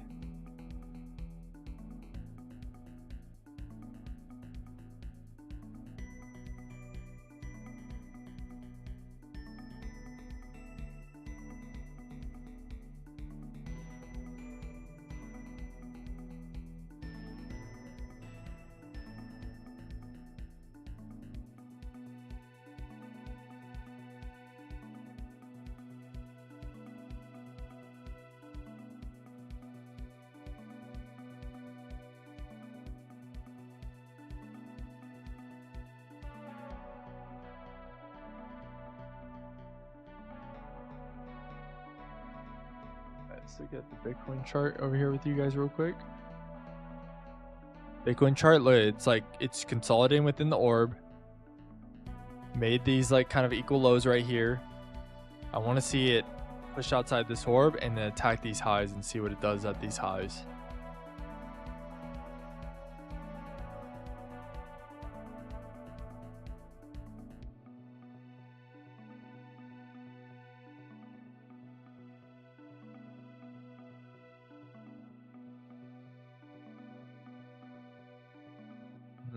Still, no real like displacement here.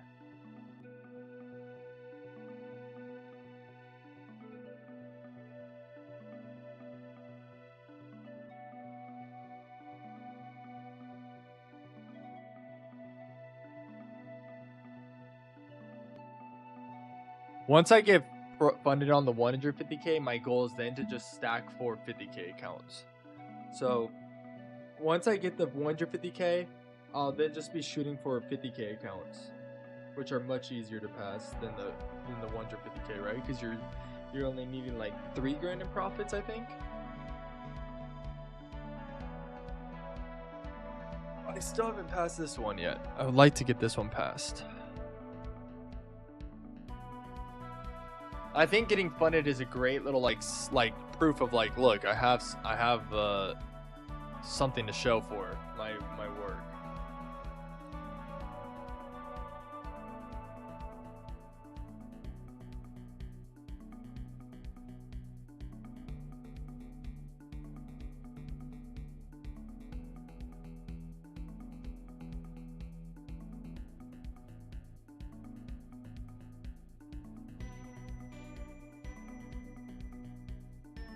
Price is not looking. Price is looking boring right now.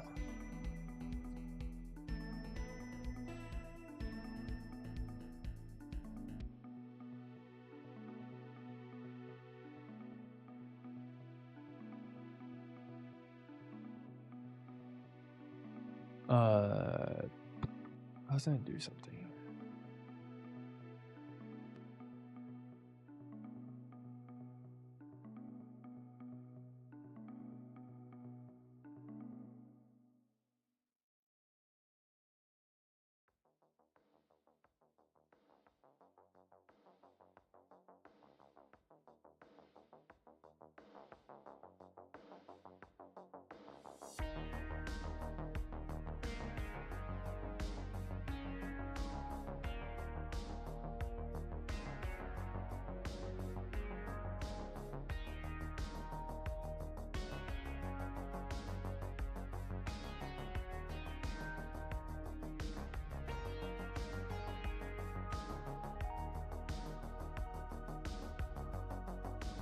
We do have this fair value gap too here on the 4-hour on NQ.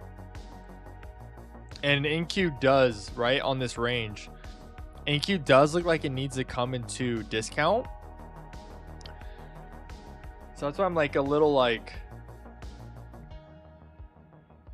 it looks like it could head into discount. Same for Bitcoin. Bitcoin looks like the same too.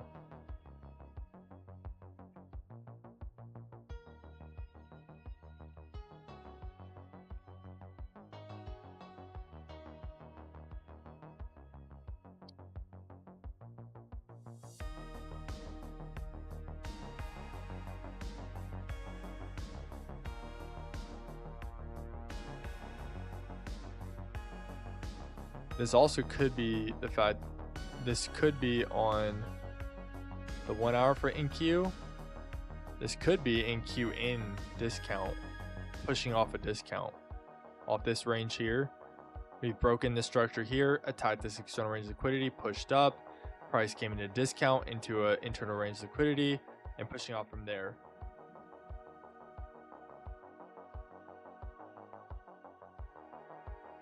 Which would mean the hour, we'd be targeting these highs up here, or this session high.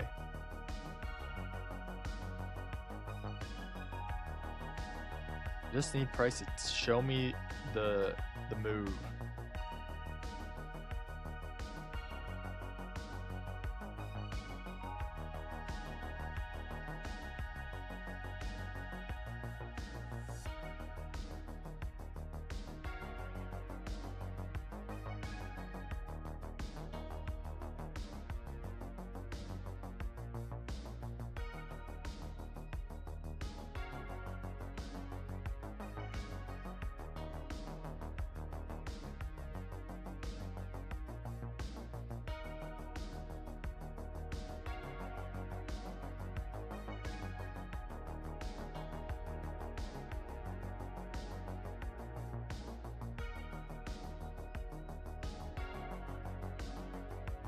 There we go. There we go. Starting to push up.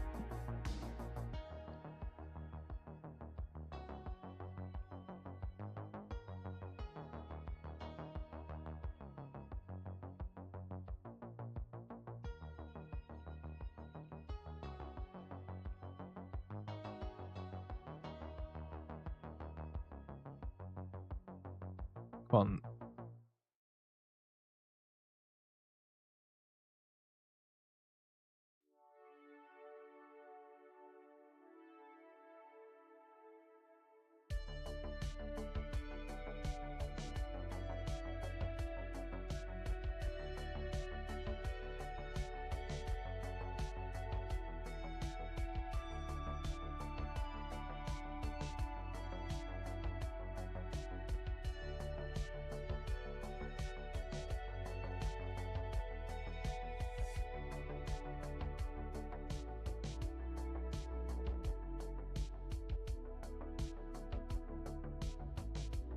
Overbought on the 5, yeah.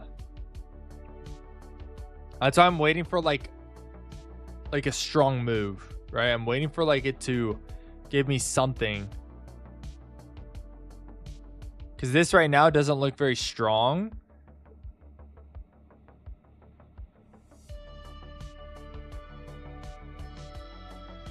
I want to see something like if we could blast through these highs. Right, these 5-minute highs, which are 1 hour highs too. Those orange lines are 1 hour highs, right? So these 1 hour highs here.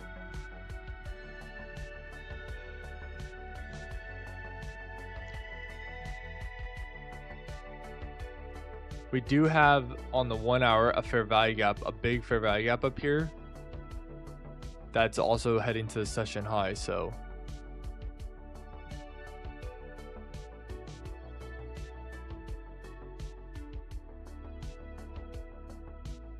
Okay, let's see what this candle gives us.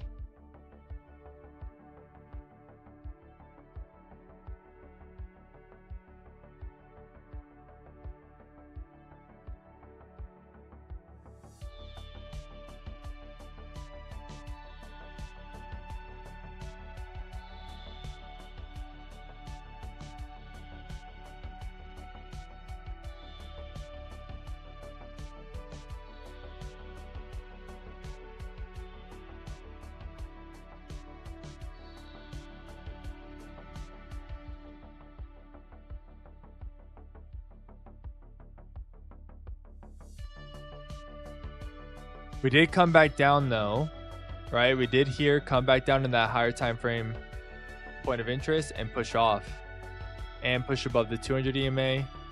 So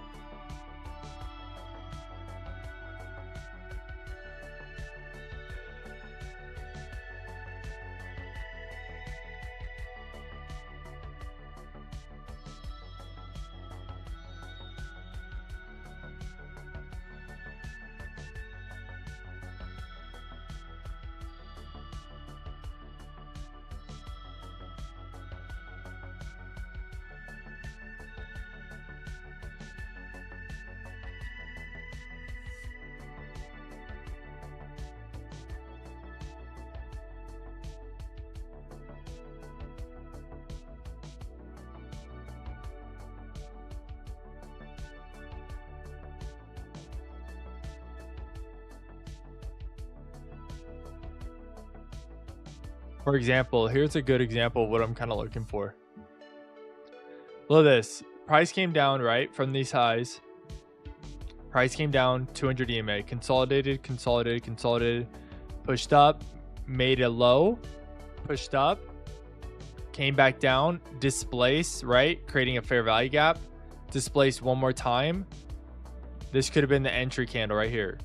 Because not only did you displace, you created a fair value gap, breaking these lows, right, and rejecting off the 200 EMA, and then you can target these lows or even, you know, these lows in the higher time frame point of interest, right? When was this?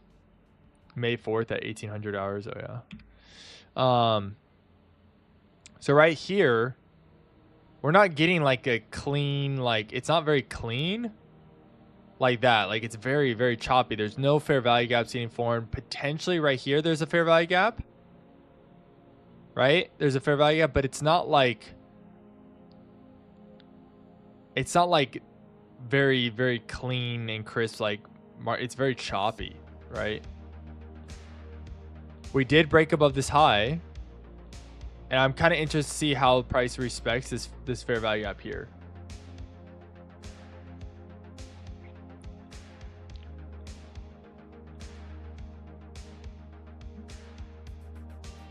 And then we do have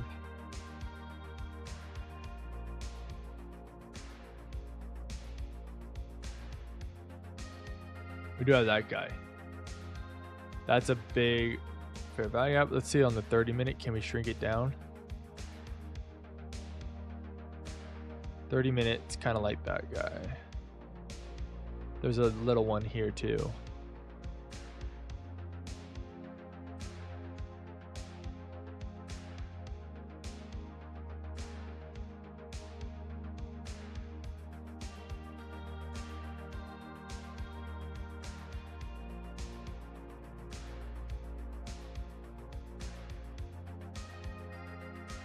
All right, Bitcoin.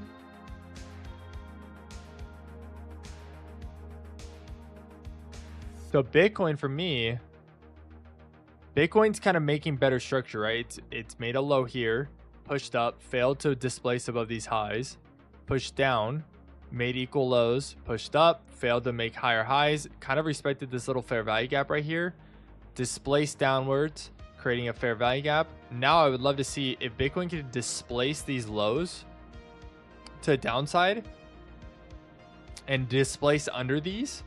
That could be a good entry for a short.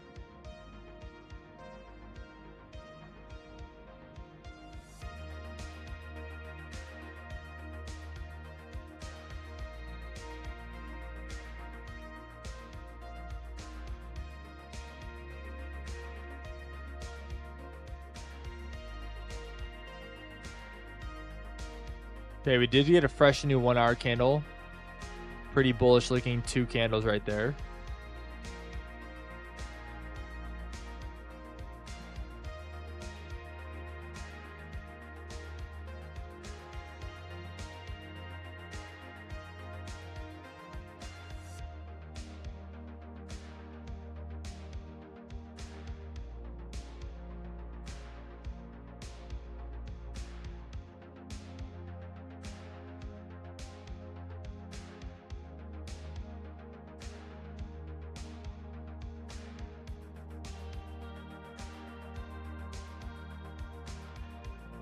Honestly, I don't love this price action. I really don't. It doesn't give me any confidence to like buy in this.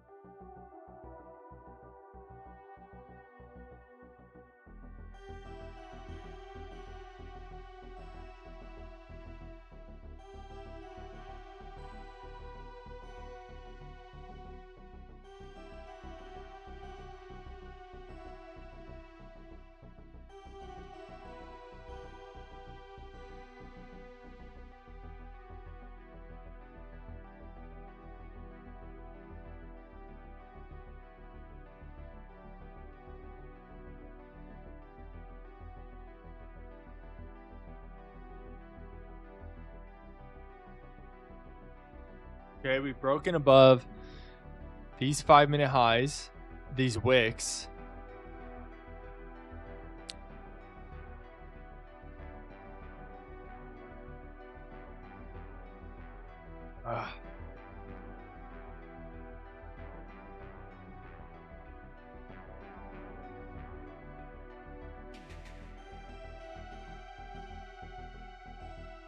I'm not loving it. I am liking the way Bitcoin looks though. Bitcoin looks, see, this is like the kind of like look I would want to see on NQ. Bitcoin to me looks a little bit more clear. That if we break these lows here and then displace,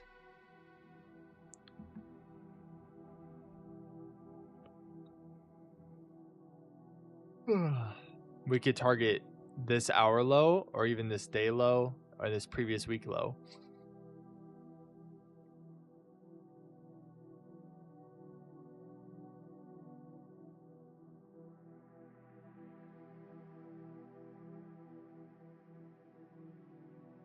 Oh, there we go.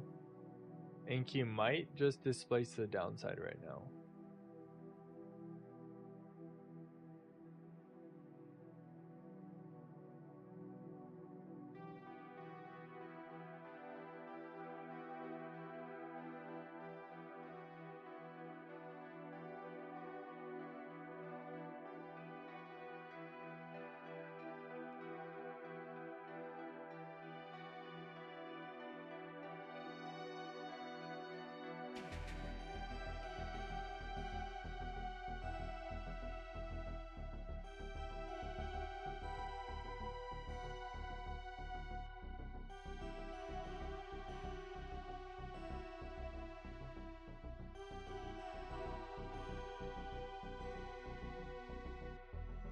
All right, let's see what Bitcoin gives us here.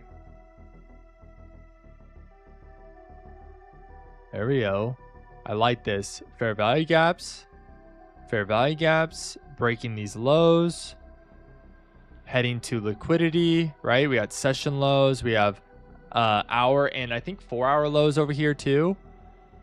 Yeah, 4-hour lows over down here. Yeah, Bitcoin looks pretty good right now. I just needed to give me like a good candle displacing. Or not.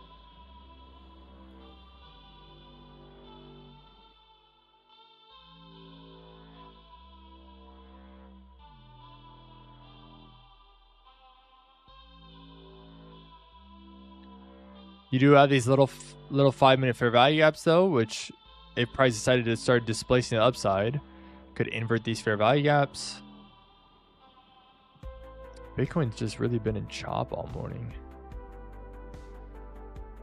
Basically from these highs to these lows down here.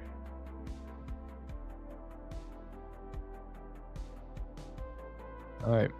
Looks like we actually won't get those displacement to the downside. Let's grab this yellow line.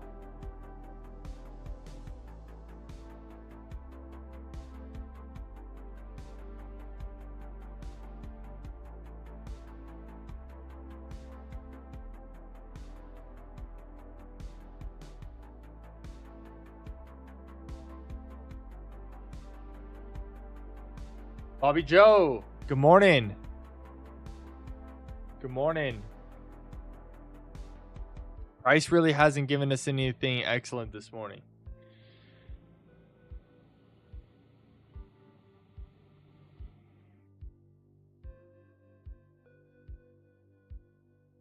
Oh, okay, Bitcoin, there you go.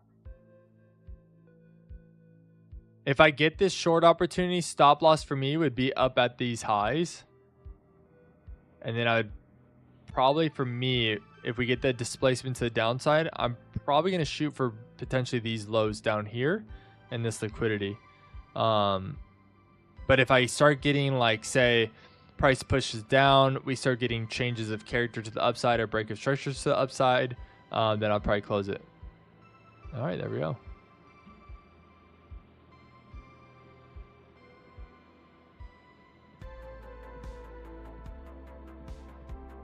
Okay, broke through, pushed through.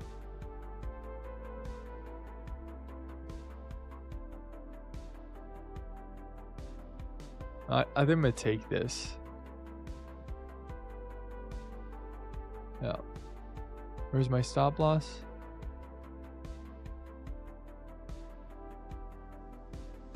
And then TP.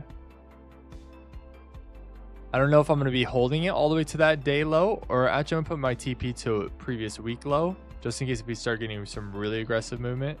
I just have that there, so it can stop. But I'm gonna kind of watch this and see where we kind of go from here. I want to see if we can tap into session lows. I might take a little TP on session lows. Want to see what price does if it taps into session lows, because it looks like with this displacement through the right from up here, we've created a lower high. We've displaced fair value gaps, pushed, failed to invert these fair value gaps, pushed down further, creating more fair value gaps, pushing through these lows now, not wicking like over here, right? We didn't wick through them. We pushed through them, closed below them.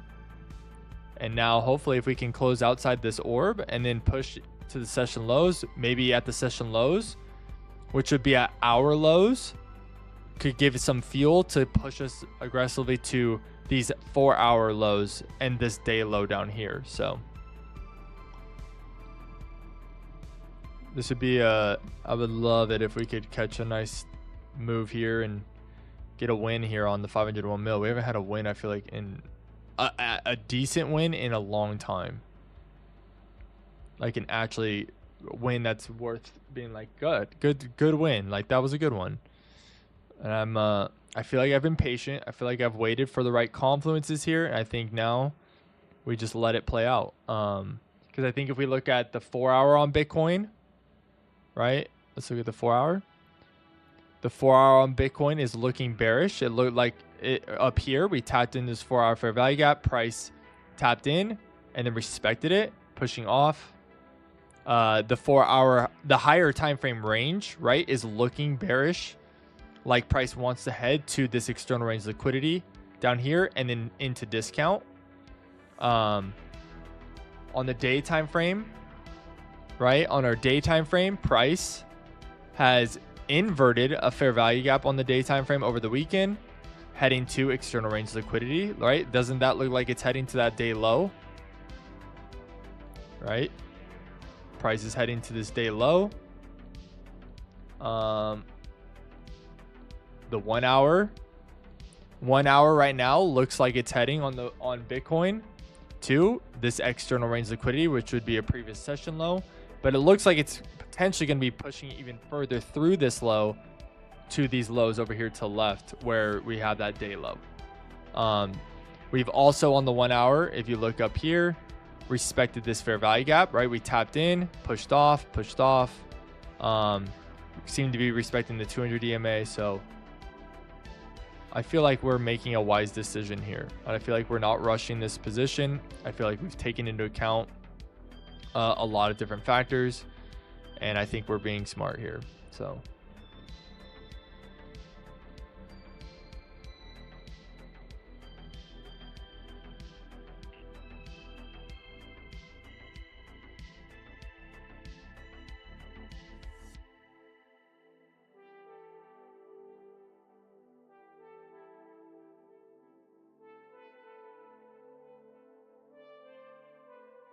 vibe check. Vibe check, everyone.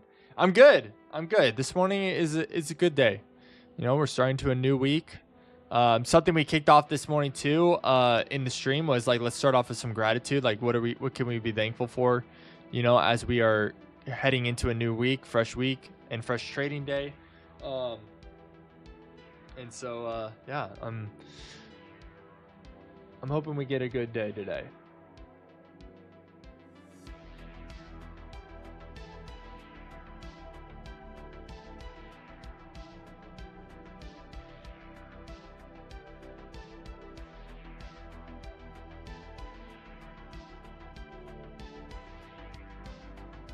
And I want to see too on the weekly time frame.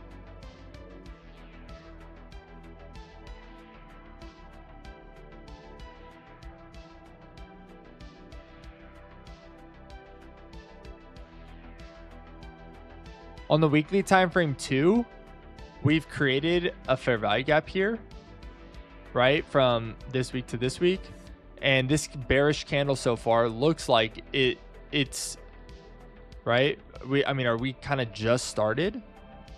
So right now, this current weekly candle that we're in looks bearish, like it potentially wants to target the previous week low, and maybe even just at least tap into this fair value gap before it pushes up, right? So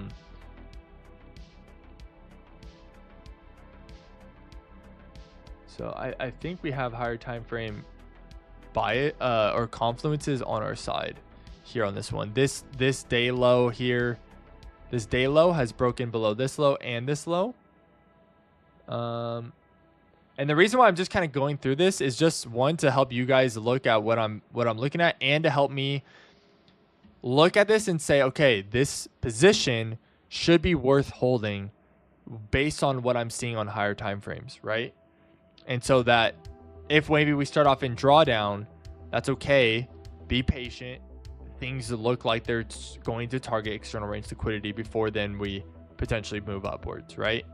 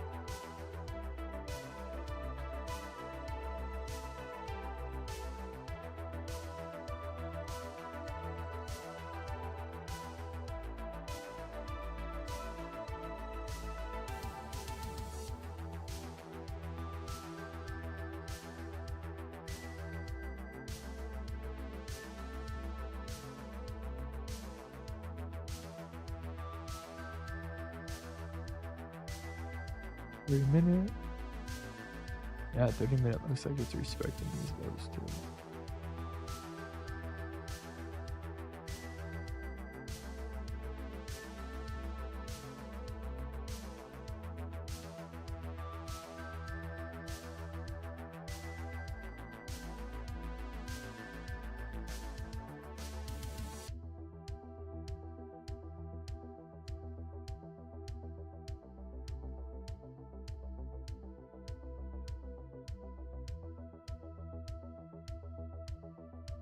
I would really love to see this 5-minute kind of respect this fair value gap that was formed here, but we also do have this higher fair value gap here too.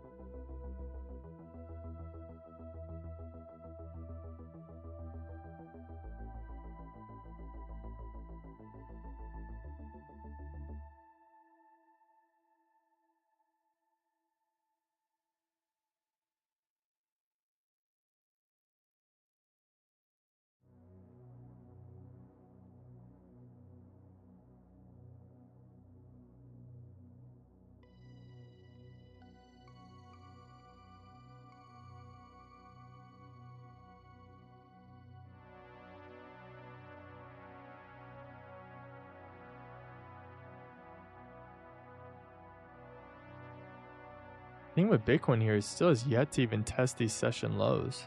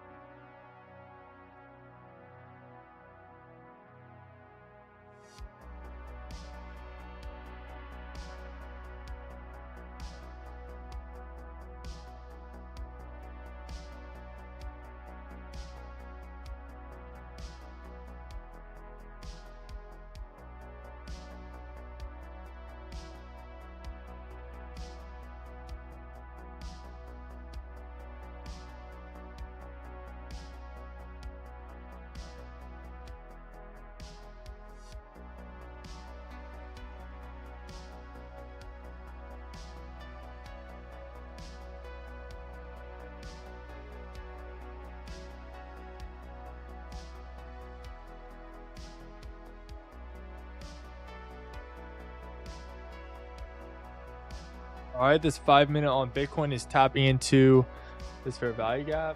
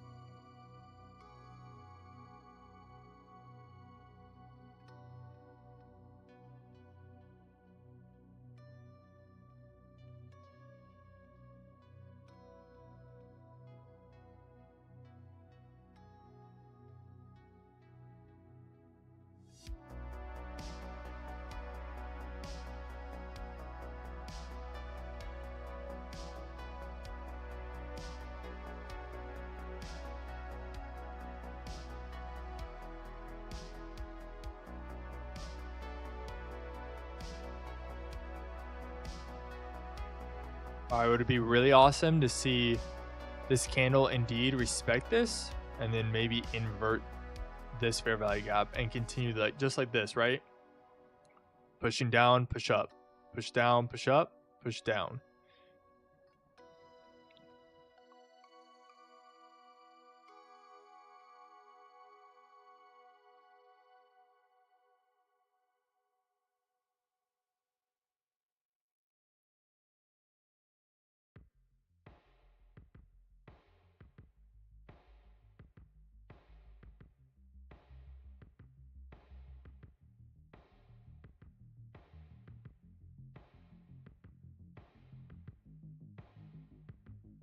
I DCA the way up. Okay, nice. Done the same trade. We'll see how it plays out. I just hate it. I hate it when I enter a trade and it just starts off right into drawdown. That's just like the worst feeling. But I'm trying to remember when we look at these higher time frames, right? What is the higher time frames telling us? Right? What is this 4 hour telling us?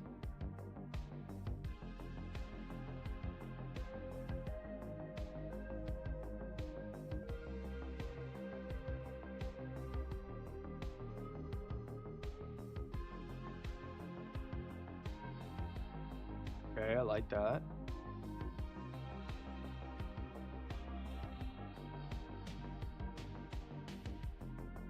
Okay, we tapped into this fair value gap.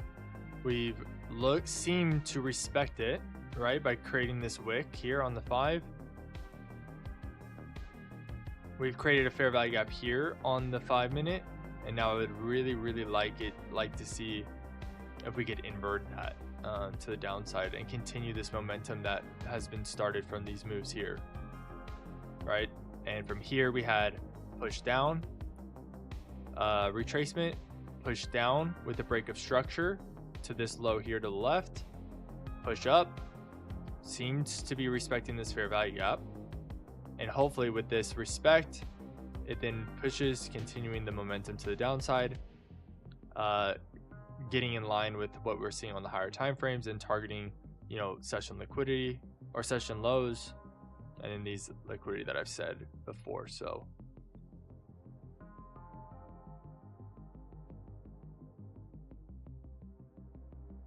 and NQ actually looks like it might potentially set me up for a short. So what I'm watching on NQ here is it's pushed up, tapped into this higher time frame point of interest, which is a 30-minute fair value gap, pushed up, created a big wick above these highs, probably grabbing liquidity. And I would love to see displacement now breaking below these 5-minute lows here on NQ.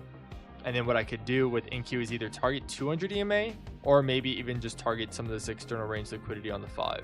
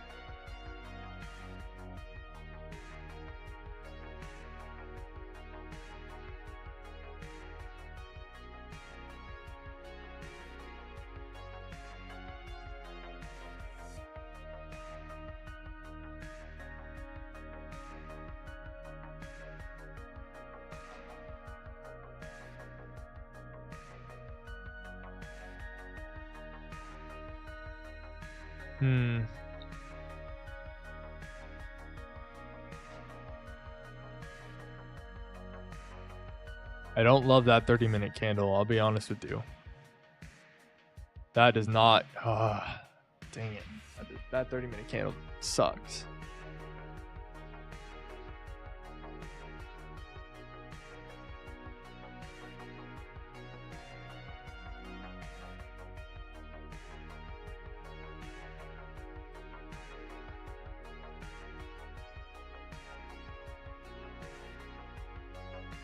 But this 30-minute candle did break these lows here. Is that 30-minute candle did break these lows here? But I still don't love this wick here.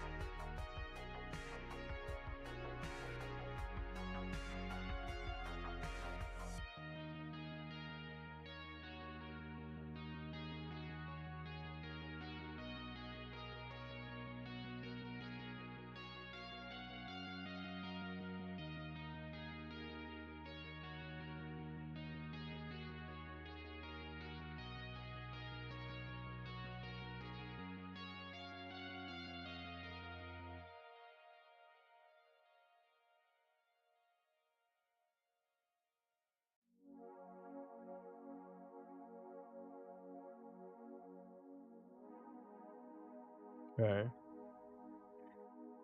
The one thing I'm not liking about this position right now is this 30-minute candle that just closed. I really don't like that. It like made equal lows with this wick here, and looks like potentially could push up from here. But the higher time frames still do look like they're going to target this external range liquidity, or even this external range liquidity down here, right?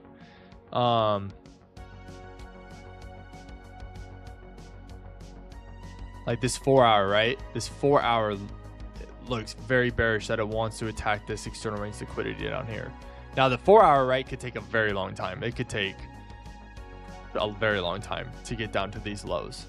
And maybe that move just isn't going to happen yet. I don't know. We'll see. But I still, with what I'm reading on the charts, price looks like it wants to head to this session low. And these lows here.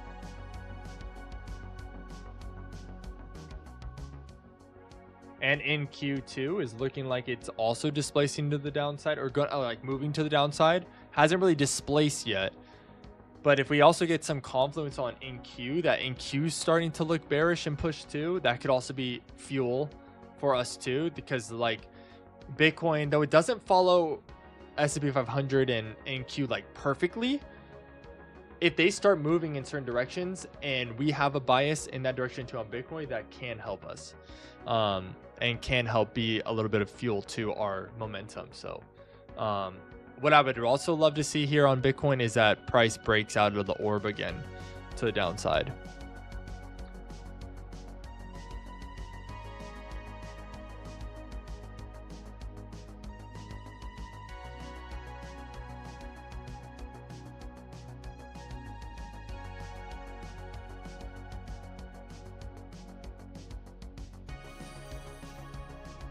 Let's go, Zabros. And oh wow, we're getting a whole bunch of follows. What's up, guys? What's up, everyone? Check cluck I don't know what this is. What's up? Thank you guys for the follow. Thank you so much. Good morning. We're just doing some day trading. Raid from 419 Inu community. Okay, do you love soup? Oh gosh. I don't know what this is. Cluck. 419 Inu community. I don't know that community. What's up, guys? You're a cool crypto streamer? Yes, thank you. I appreciate it. I am a crypto streamer. We're day trading Bitcoin right now.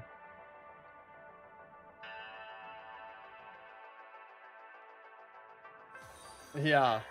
Thank you guys so much for the follows. I appreciate it, guys. Nice. We literally just got 1, 2, 3, 4, 5, 6, like 6 follows. Let's go.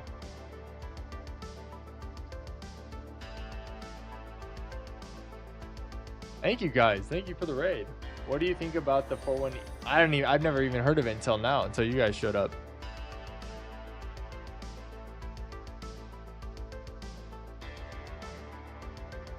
People stop long, it'll pop up on assuming. Let's go. Follow goal smashed. Let's go. Okay, I'll have to check it out. Cluck. That's funny.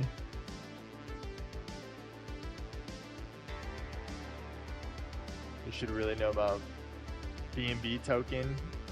Huh.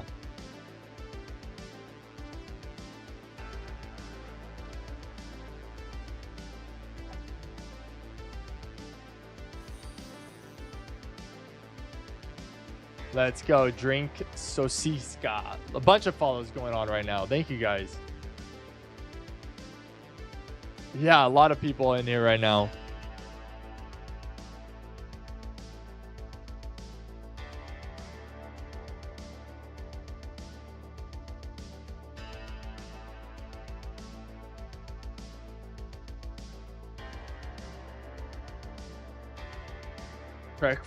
I'm gonna pass on checking 419 Inu right now on the stream.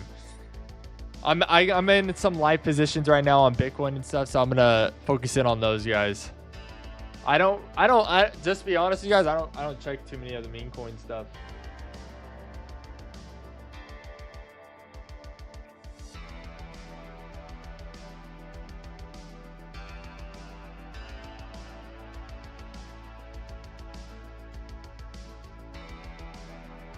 Okay, NQ's looking like it might start breaking structure or change the character to the downside.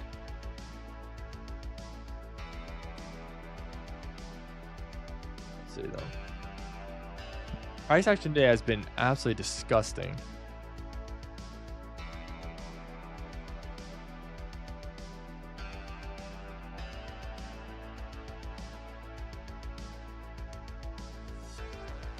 I appreciate your guys' raid though. We're not bots. Oh, I don't think you guys are bots. I don't think you guys are bots at all.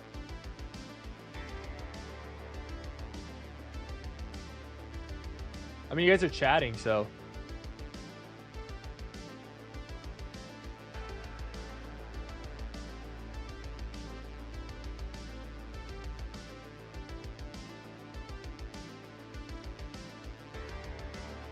Great marketing, bro, for real.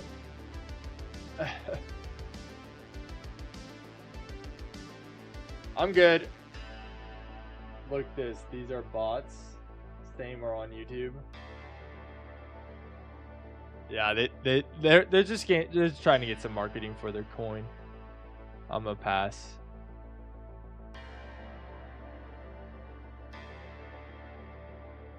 All right, NQ actually might be giving me a little bit of a short opportunity here. It's breaking, so I'll show you guys. It's kind of doing what I'm hoping Bitcoin does, right? So it's pushing up, creating these equal highs, bounce off this 30-minute point of interest, pushing down, breaking below these lows here, displacing a little bit. Kind of like over here, right? Pushing up, breaking below the lows, pushing down, and hopefully we can catch maybe a little short here.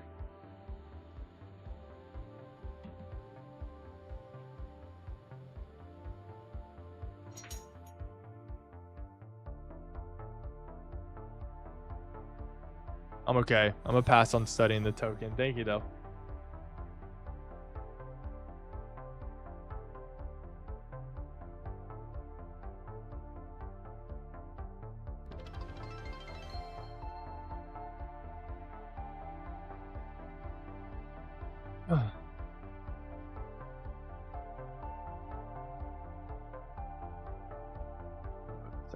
To the left real fast. I'm gonna focus in on this because I'm about to probably put a position down on this one.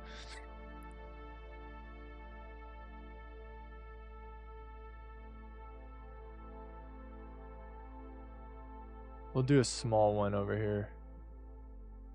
Just because I'm going against the overall trend, right? Because the overall trend is bullish, right? On like a 4-hour or the day time frame and like day, right? Overall trend for NQ, bullish.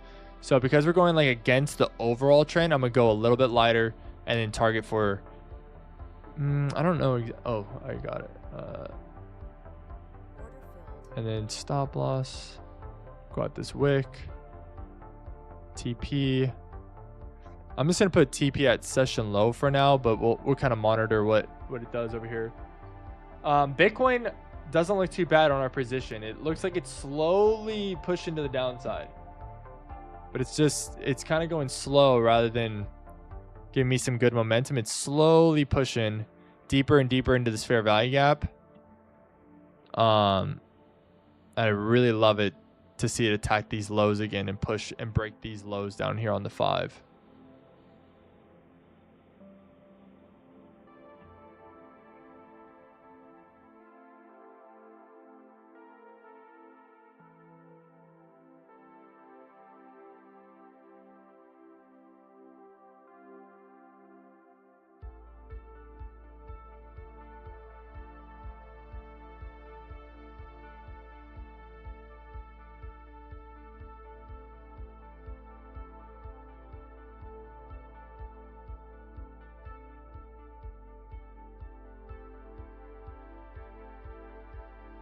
Okay.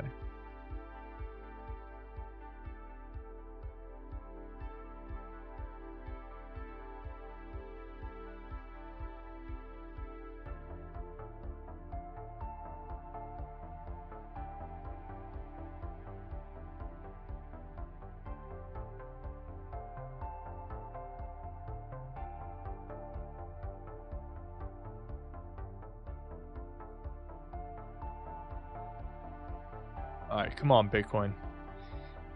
Give me like a decent move. No more of this like chop. I'd love to see if we can break out and like no longer have some chop, because I think if we can push down here, we'll have good fuel, like good fuel to cause good displacement to this downside. Like where we start getting some bigger, like these kind of handles to the downside.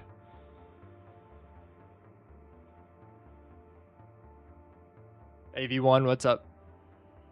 Market makers are building up long liquidity before making the move. Typical. Yeah, right.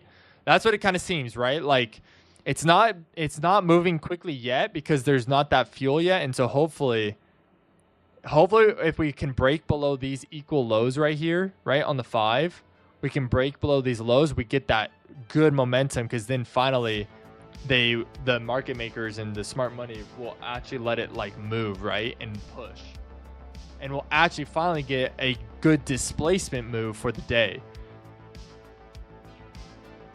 Because we've been playing on some of these moves, but in hindsight, I don't think they looked as displacement as I was kind of hoping. Hopefully we can get like this kind of going. And what I would like to do is go back into back testing today and show you guys what I was working on the weekend, integrating a lot of my not integrating my models, but integrating my concepts together, and waiting for that displacement and kind of reminding myself what it kind of looks like. So then on the live market, we can maybe next time could be a little bit more patient. Like I think maybe today I could have been a little bit more patient on the move to wait for.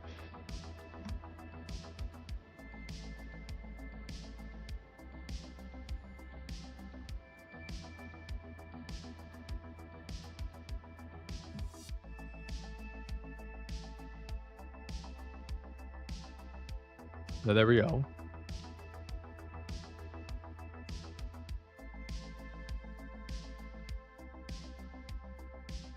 Hopefully the smart money now lets me be smart, you know. And right, your main goal of day trading is just to be on the right side of the market, and that's your main goal. And I think today we are on the right side of the market. I do. With the overall analysis, especially with this 30-minute, like that previous 30-minute candle didn't look great, but I didn't want it to distract me, because overall, like when you zoom out, right, when you zoom out, there's a lot of equal lows down here. There's these lows, there's this consolidation, right, consolidating, potential manipulation to then push and distribute, right? And as you just go up to higher time frames, it looks more and more convincing that we're going to target these equal lows down here.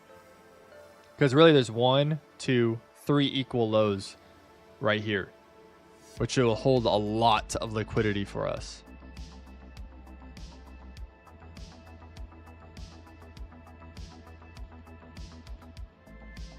Okay, so another thing that I really like right here on this Bitcoin move, we've inverted this fair value gap.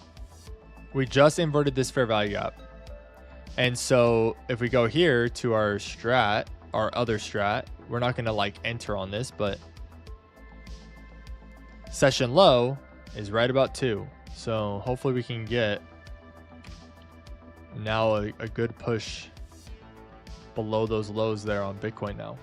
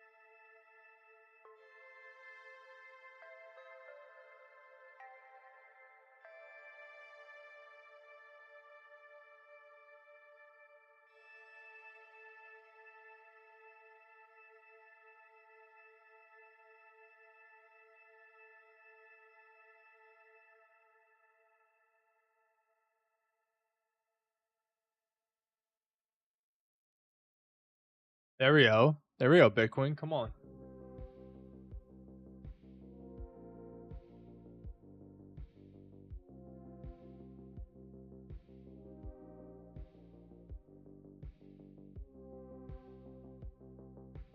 There we go. Well, let's see what we do if we can break below these lows here.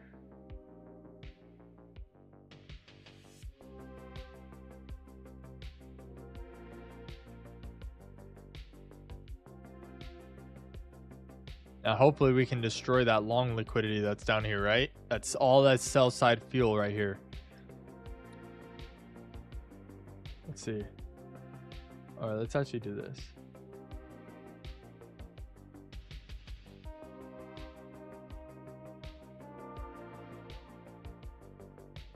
All right.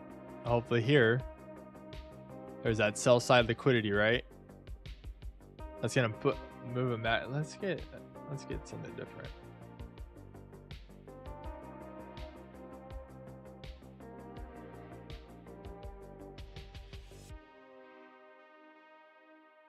There we go.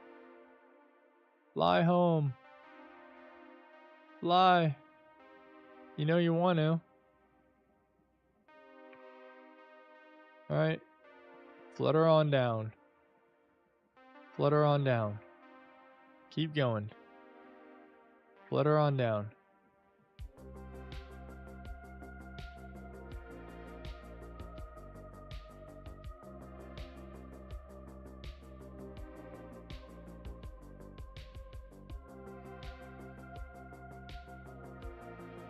There we go.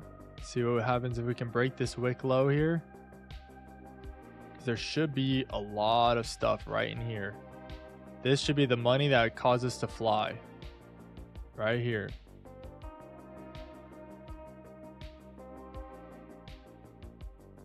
Right up here, they were loading up on those shorts, causing fake long liquidity to be built up here.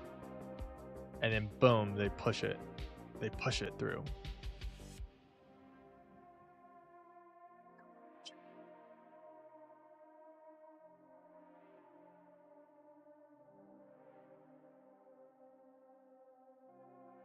There we go. There we go. Break the wick. There we go. There we go. That's a good candle. These are good candles right here. That candle barely broke out of the orb. I'd like to see a good push now.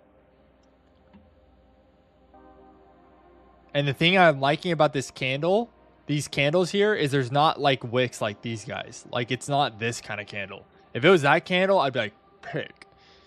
You know, I'd be like, dang, dude, we're probably not looking too hot. Right? And so the fact that it's a candle like this pushing down with no wick, I like that. I like that.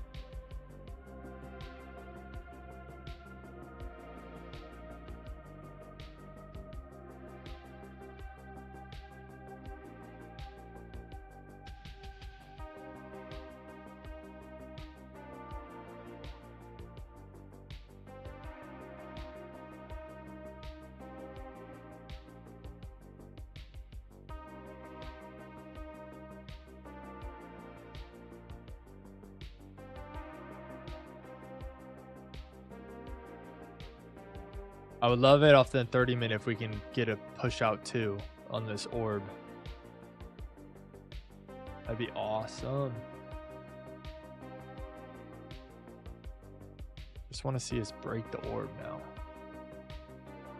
That'd be another good confluence. I mean, we technically did, but I want it like a break where like you don't have to squint and look at it. Like it just, you look at it and you're like, yep, that's broken.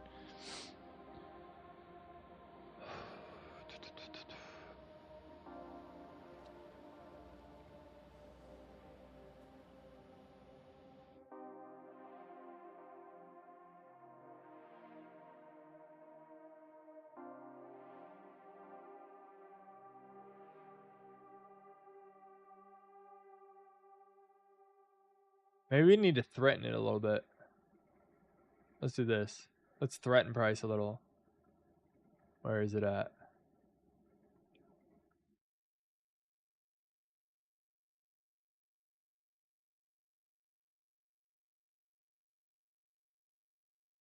Where is it at? I'm looking for something specific.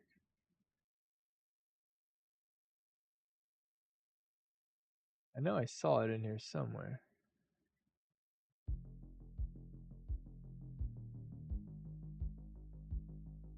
There it is. We need to threaten it. You better do what I say. You better do what I say. Go down. Go down.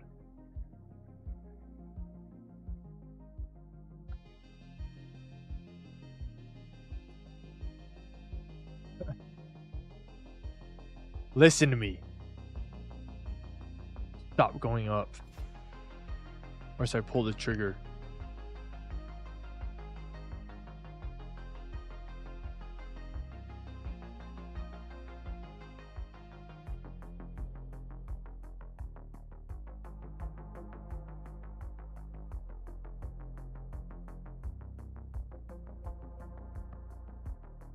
All right, 30-minute. Let's see the 1 hour. Okay, I think I have a call too in 7 minutes, so I might have to mute for a little bit. But we'll still be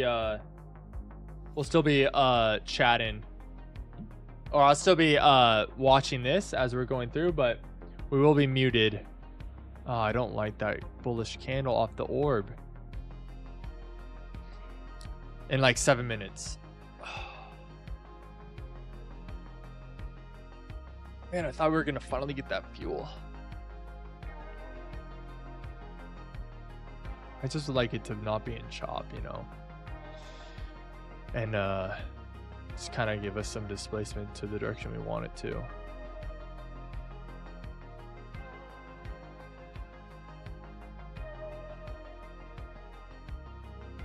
Over here, for the momentum to the upside, there's no fair value gaps really to invert. We did invert this fair value gap, another confluence for us and our momentum. But it's making it difficult on us.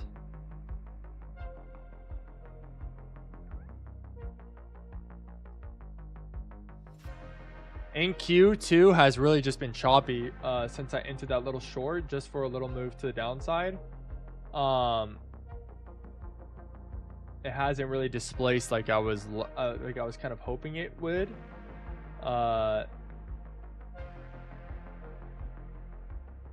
Maybe it needs to just continue on these lows, but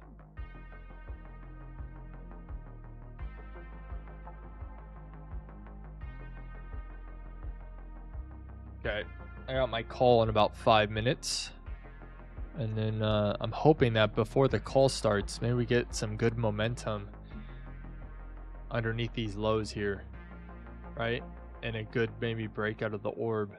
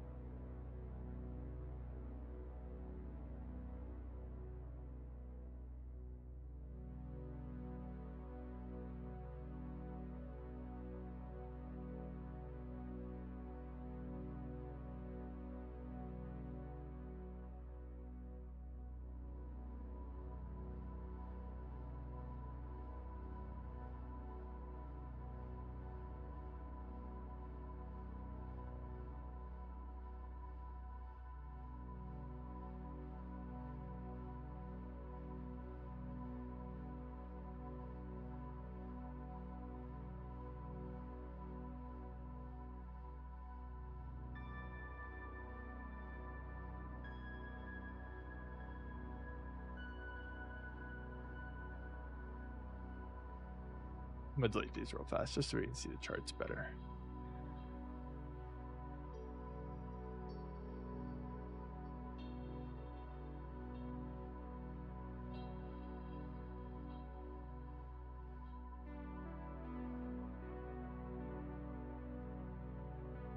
Read that session low. You haven't even tapped the session low yet.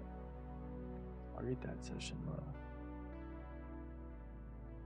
There's no fair value gaps over here. We've actually inverted the only fair value gaps over here on the 1 hour on these guys. Yeah, I feel like I'm just beating the same thing over and over again, like looking at it just to confirm. I think I just need to be patient here. Stop loss is at a point that price should not, I mean, for the time being, not come back to at all. I mean, even up here, right? We tried to push up to these fair value gaps up here, trying to break up above these highs. We wicked off hard and pretty much at the 200 EMA and been respecting that downward momentum ever since. We have the 200 EMA also clearly in a downtrend, right? Ever since kind of price has been respecting that 200 EMA this whole move.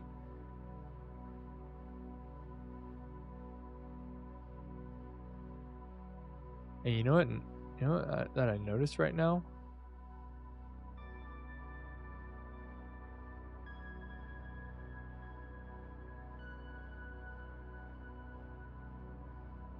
Oh, that's not what I wanted.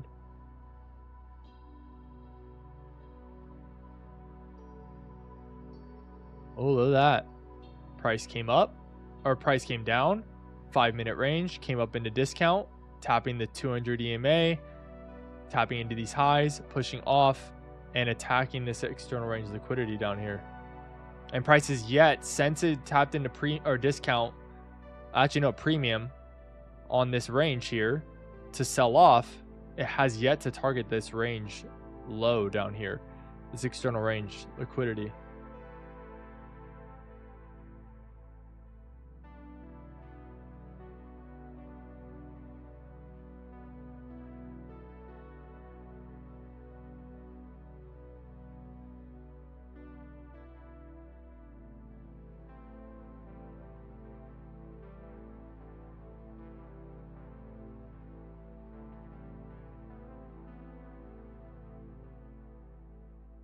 All right. Should be taking this call in about 16 seconds.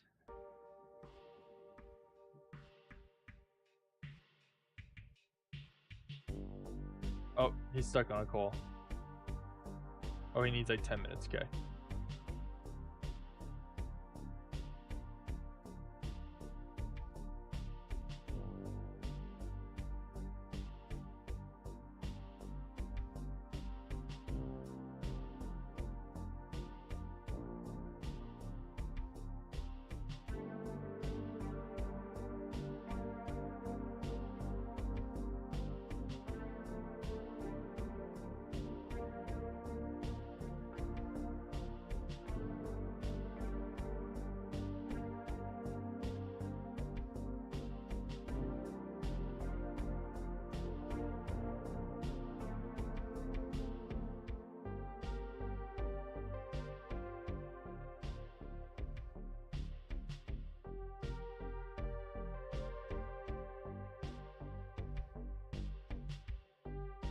Even on this 30-minute range, price came up into discount.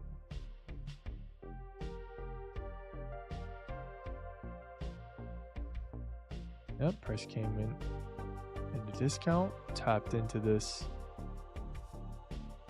high here, pushed down, pushed off, inverted fair value gaps, pushed up, respected fair value gaps, and the inversions pushed off. We should be tacking this bottom range here. For the 1 hour, same thing. This range came under premium, pushed off. Should be tacking that bottom of the range.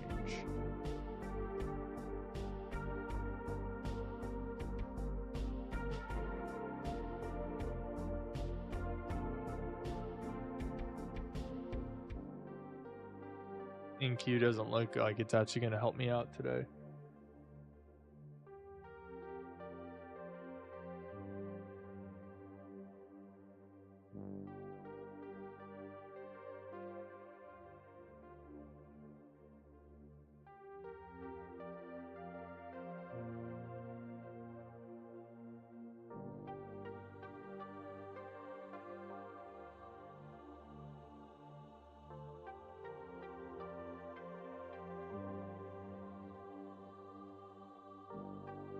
Yeah, money flow on the yeah. And maybe on the 4 hour, you know, maybe how much time do we have on this 4 hour? Yeah. Oh, this is a brand new 4 hour. So this 4 hour could potentially be just making its, you know, a wick. You know, 'cause we did just get a brand new 4 hour.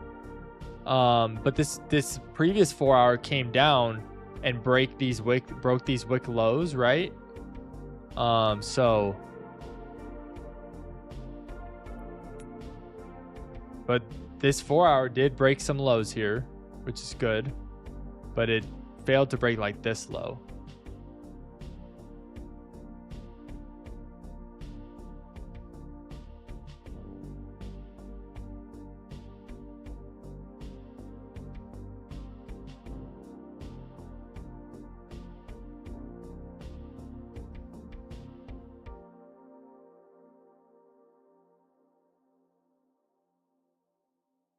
Going down to around 93. Yeah. 93 would be that hour low that I'm looking at here.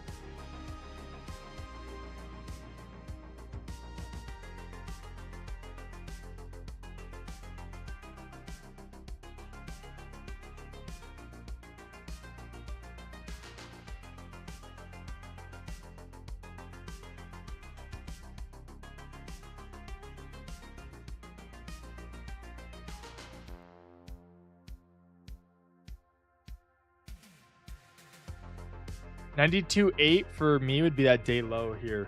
So that'd be a good target.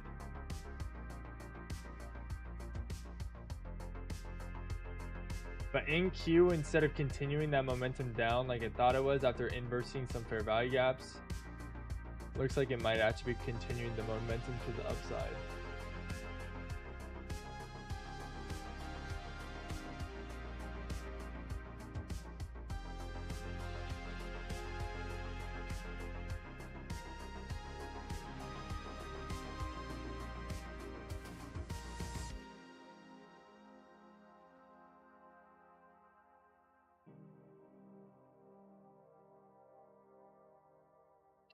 Order filled.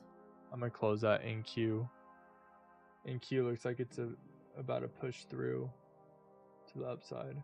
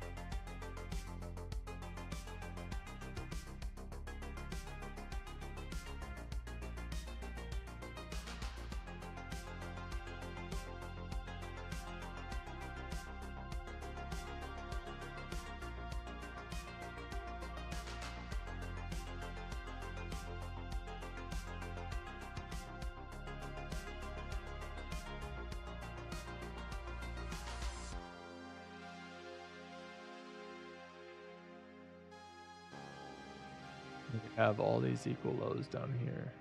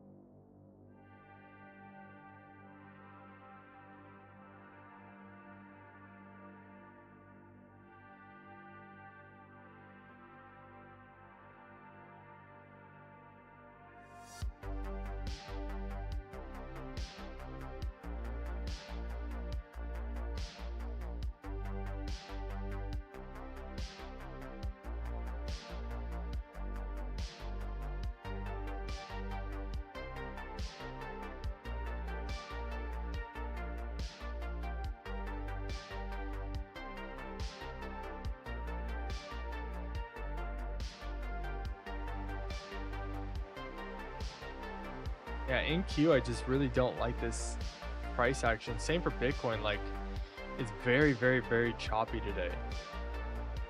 Very, very choppy. Like, there really hasn't been a move today. Yet. For either instruments, in Q or Bitcoin.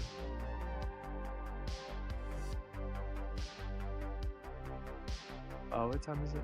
All right, guys, I'm gonna mute because he should be hopping on the call very, very soon. So I'm gonna just turn up the music a little bit and we'll watch this and kind of see.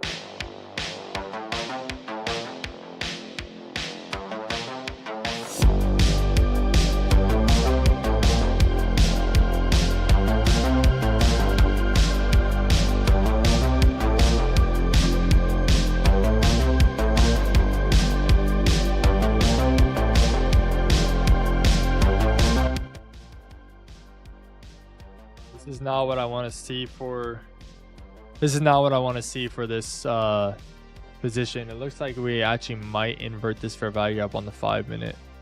And it looks like it's actually starting to displace to the upside instead of kind of pushing off this fair value gap.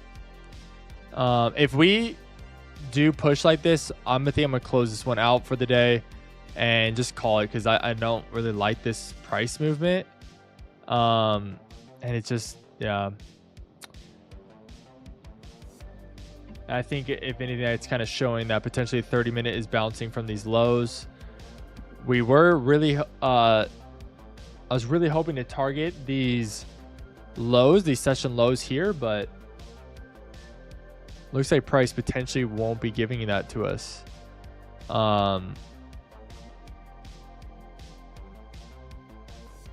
Right, and I just take it candle by candle. Like, what are the candles telling me? And if candles start pushing up and breaking highs, right? Because this high pushed down, failed to really make a low, And now instead is this low is pushing up to break structure to the upside, right?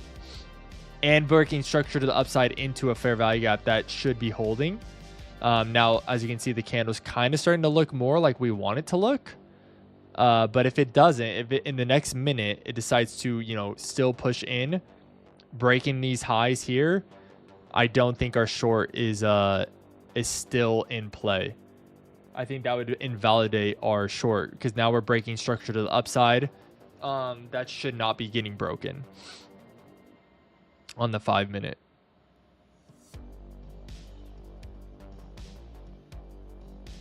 So 45 seconds on this. Wait for 15 minute to close.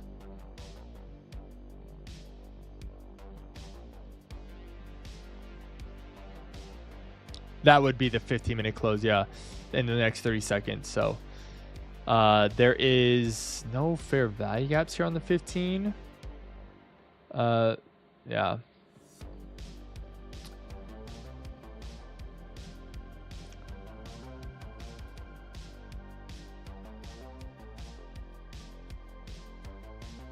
All right, last 10 seconds on this candle.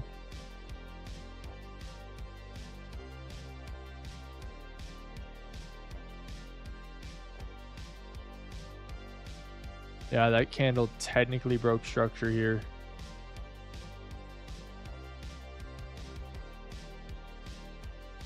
$15 minute, right? 15 minute is even having some changes of character, breaking these wicks here.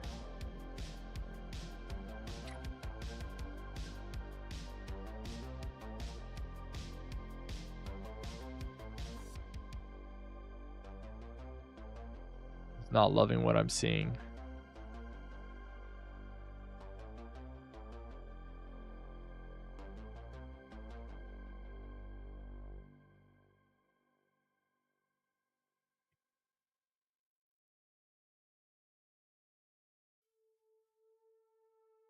I think I'm going to call it.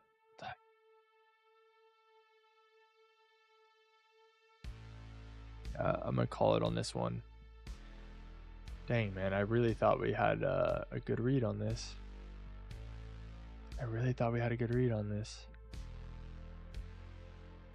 30 minute looks like it's pushing up. 15, let's add the 15 right here.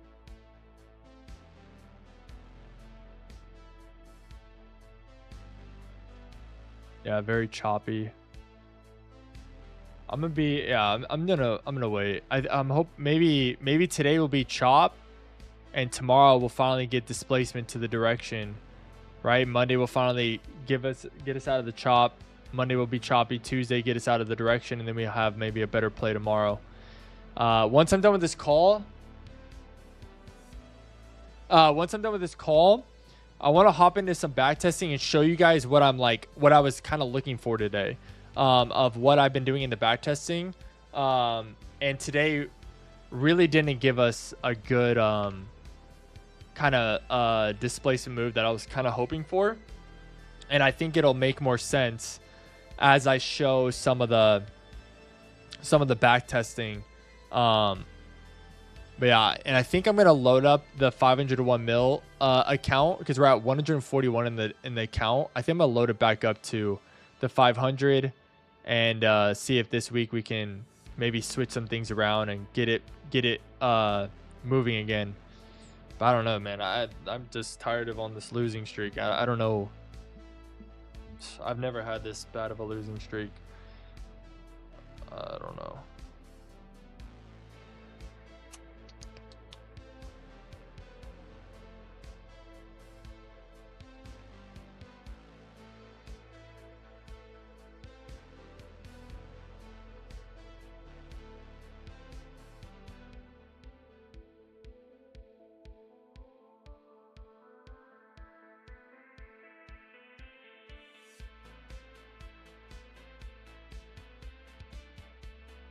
And they're not making it easy, that's for sure. Yep, they're not. They're not.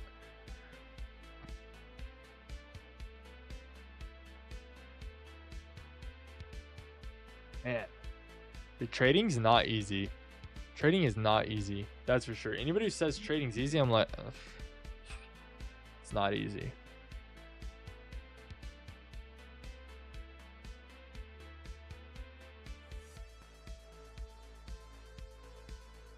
I think the only way now I will enter a position is if we either come down to these lows and finally give me a displacement, like I mean a good candle, right? Or we come up to these highs and the 200 EMA and give me a good candle outside, especially outside this orb.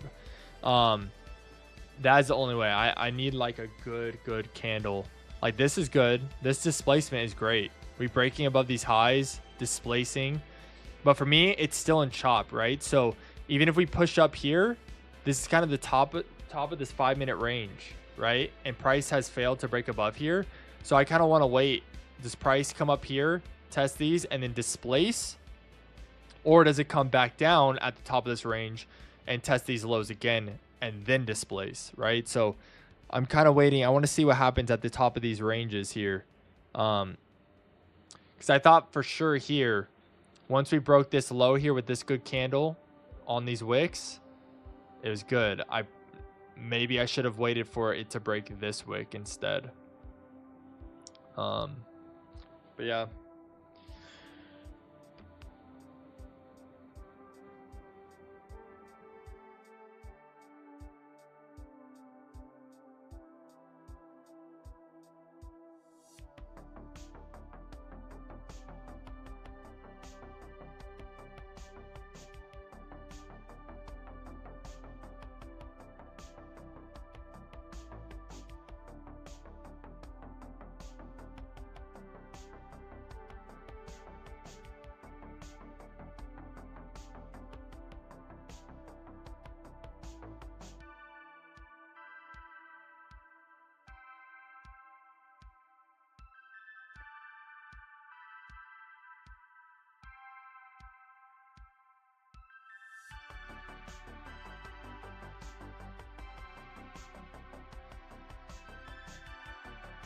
If we do fail to test this bottom of this range, and instead we start shifting structure to the upside, you know, today or tomorrow we can start targeting these highs up here, on this 1 hour or 15. I guess 1 hour would be up here.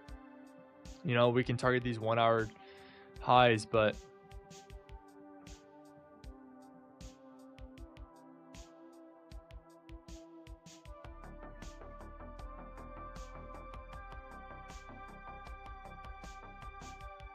oh, this is the journey of trading. This is the journey of trading.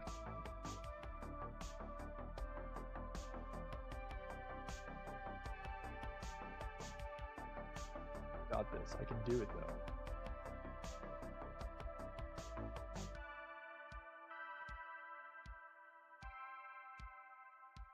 I think this is just choppy, and that's why we should have. Maybe I should have been hindsight. I'm gonna make some notes for today. Market at start of the day was choppy. Should have waited for price to displace much stronger on lows instead of entering on lows. Should have waited for price to exit chop of the market.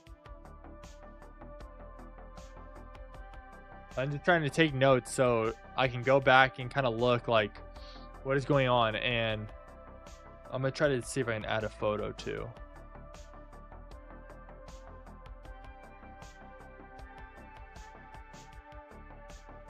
Cool, I can.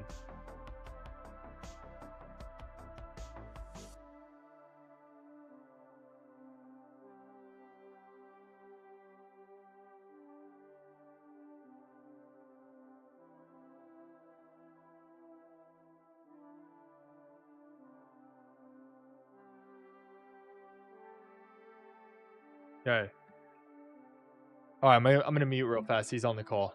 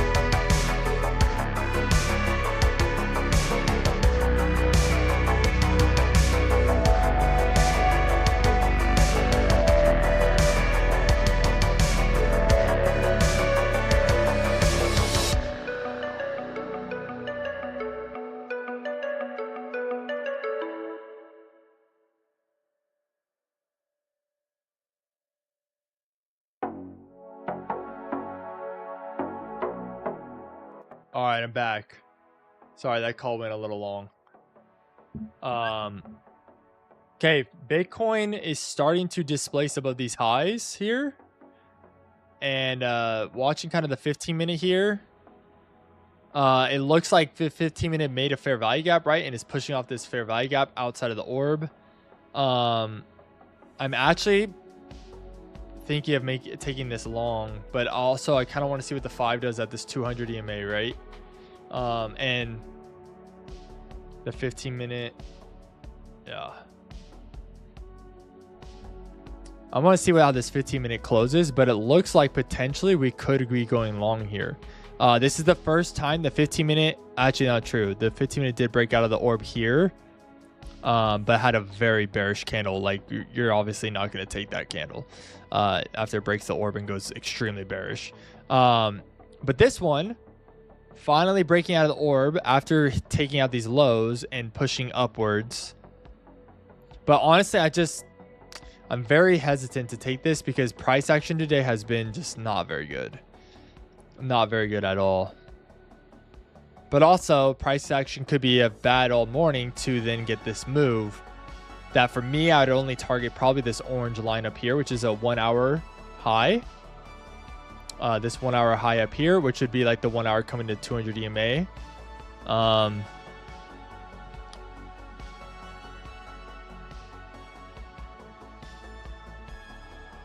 Yeah.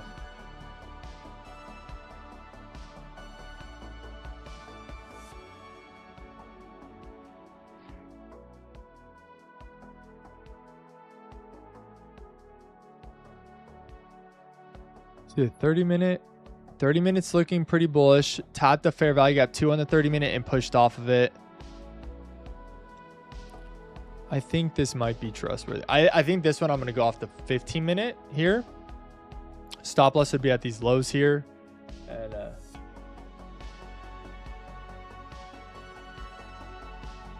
you sense a fake out. Fair value gap at 94.4. Oh, I see this one. This fair value gap. Let's see 30-minute. 30-minute also has a fair value gap up there. And 30 minutes kind of in consolidation too. Yeah, I think you might be right. It might be smart to just kind of wait because today's been very, very choppy. And even NQ, like NQ was bullish today, but like look at this price momentum. Like look at that price action. That's terrible. Like so terrible in regards to price move. Slayer, by the way, good job, Slayer. On that long. Yeah, this price action this morning on NQ2 was not very good. I was kind of hoping more for like this kind of price action where it's like clear, like boom, we get that movement, right?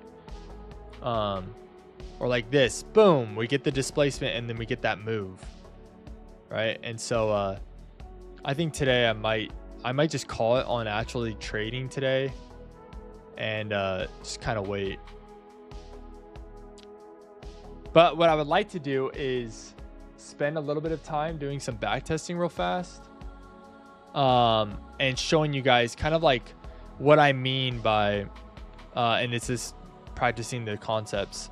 And so I'm going to show you guys what I kind of mean by what I've been looking for in the markets and how I've been like integrating the stuff I know together and the stuff I'm learning together as one, and utilizing that to my advantage. So,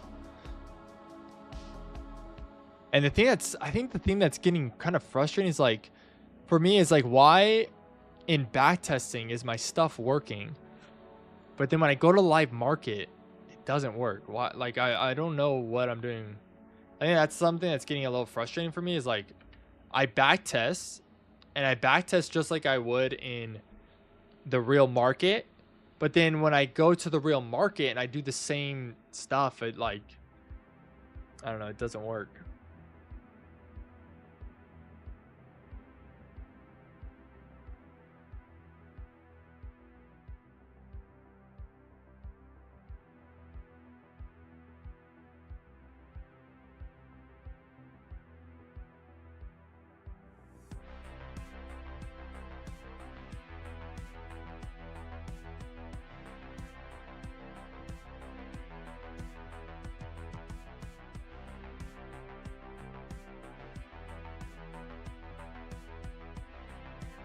All right, let's look. I'm just over here looking at the Bitcoin chart.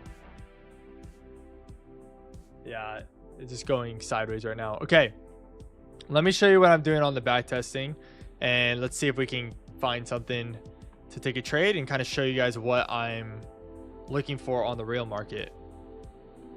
All right, so let's mark out day lows and day highs. We're on the Friday, so this is a Friday. Okay, day low. We have a day high here. Okay, and the day time frame range looking very bullish, very bullish. It looks like actually the day time frame here could come into discount, right? Looks like we might be targeting external range liquidity to the downside here, but we'll see. We could continue the momentum to the upside. Okay, 4 hour here. 4 hour might have just made it like a double top here, but it looks like potentially the 4 hour is respecting this fair value gap here. Let's see where our range is at. So we have 4 hour range here.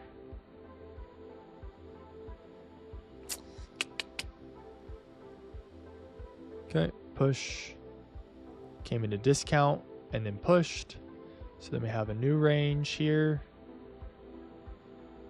Price pushed. Yeah, this 4 hour range looks like it wants to come into discount here. Okay, let's go to the 1 hour. 1 hour looks like price needs to come into discount too. And it looks like it's starting to head to discount as it's pushing down, breaking these lows, coming back up. And looks like we might want to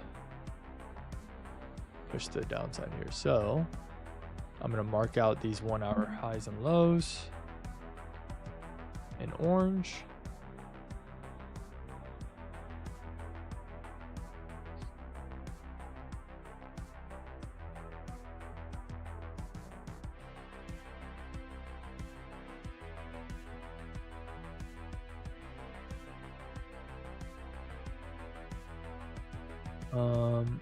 And then these 1 hour lows.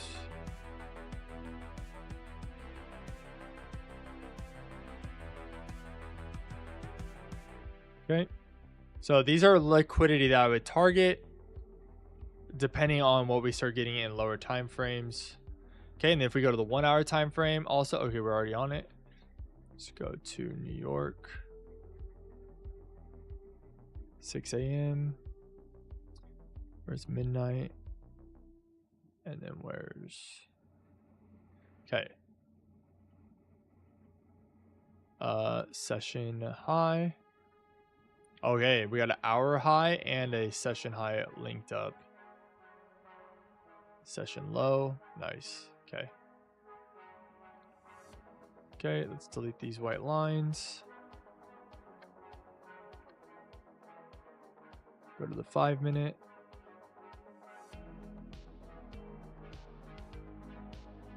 Okay. Oh, nope.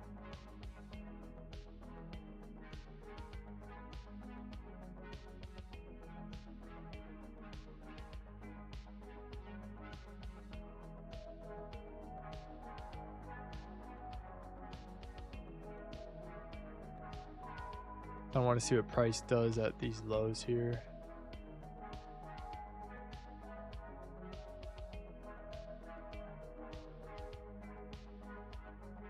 Okay, we have this 5 minute range. Price came in a discount.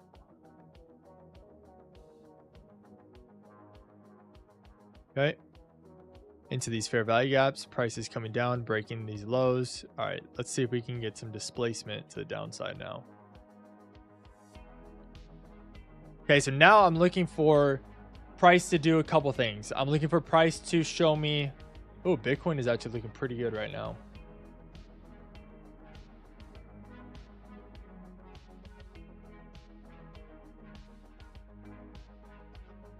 I'm not going to take it just because of how late in the day it is. But... And I'm not in a good good like spot. I'm kind of frustrated, and so I would rather not trade because I'm frustrated. So even if I did get a good trade, I might not be willing to hold through it and stick to the whole scenario, right? So I'm just going to be more disciplined today and come back tomorrow and hopefully we can get a better one. And I think I'm going to load up the 501 mil. I'm going to load it back up with $500 and try it again. Because if today was the first trade, if I was more patient and waited for this displacement like this, because this is kind of like what I've been waiting for, right? Price came back up, tested the orb high, came back down to a fair value gap, and also the 15-minute did too. Starting to push out of the orb and breaking above these highs. Same for the 5-minute. 5 minutes breaking above these highs, and now we target this orange line. I think it actually will do it today.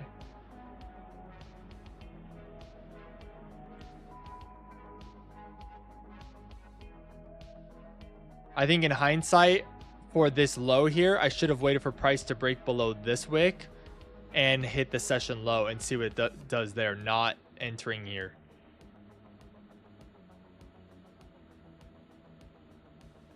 We'll see. We'll see what price does here on Bitcoin. So on here, now I'm waiting for, like we just saw on Bitcoin, that displacement. So let's see if we get any kind of candle. So this would be essentially an entry opportunity here, but I'm at the 200 EMA, and the 200 EMA has been a support for this 5. So I kind of want to see what price does here and be a little bit extra patient here on this back test of what price does at the 200 EMA. Okay, I'm glad I waited. Price tapping into there. Pushing through. Okay. It's just being choppy now. To the downside. I'm more leaning to the downside here. Because if we take to the higher time frames again into account, this 4 hour... Oh, this 4 hour, right? We're potentially looking for the 4 hour to head into discount here, so... We're leaning more to the downside. So for me, let's see these lows here. And the 200 EMA.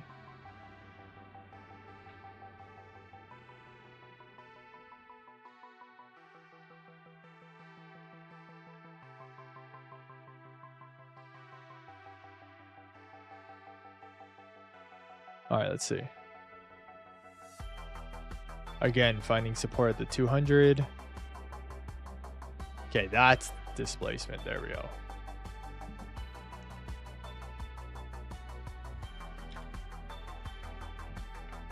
Okay, stop loss would go down at the low here. For me, for this move, now that we've gotten this displacement, we are at, let's see, where is 645 candle? So if we go to the 15-minute, oh yeah, dude, Bitcoin's now doing well. Let's see, we're breaking outside of that 15-minute orb. Okay. Okay, we've broken outside that orb too here, with a strong displacement above these highs, above the previous session high.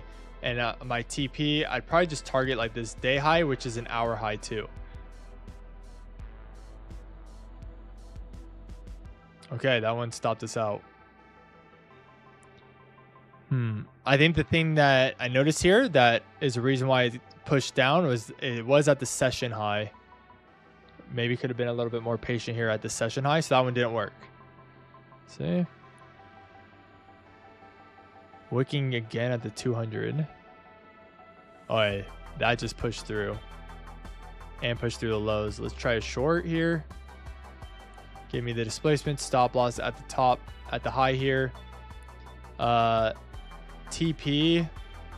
So we can shoot for this low here on the range low. But in reality, when we take into account the higher time frame, right, the 1 hour, this range, we're probably shooting for this external range liquidity or this low here. So I want to see what we do at this low and see if we have to close or not.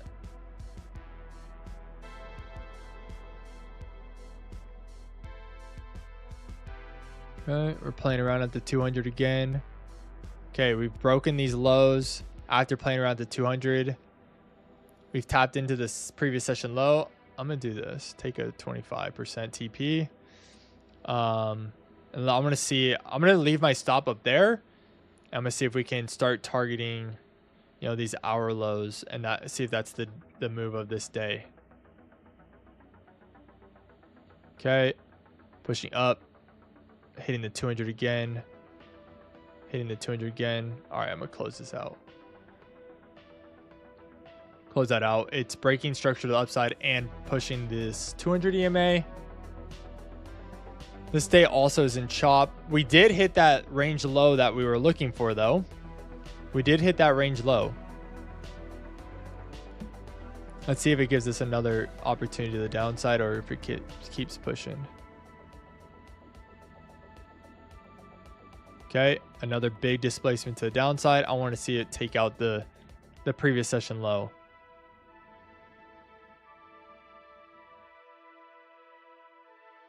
All right. I'm going to try that one. It's breaking below the session low after rejecting the 200 EMA again. Stops up here. Actually stops up here. And let's see, are we going to now target that low down there? Okay, now we finally, so the move is starting to finally come at 9:50 a.m. 10 a.m. Okay, we're continuing to break. There we go. So right, so I was just looking for that displacement, and that took us 1 trade, 2 trade, 3 trades to finally get the displaced move, right?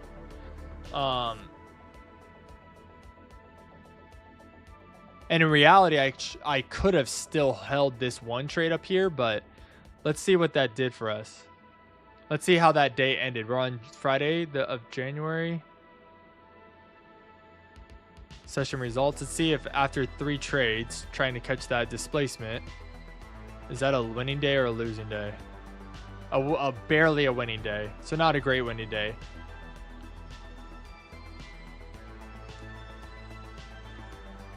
Oh no, that's not what I wanted.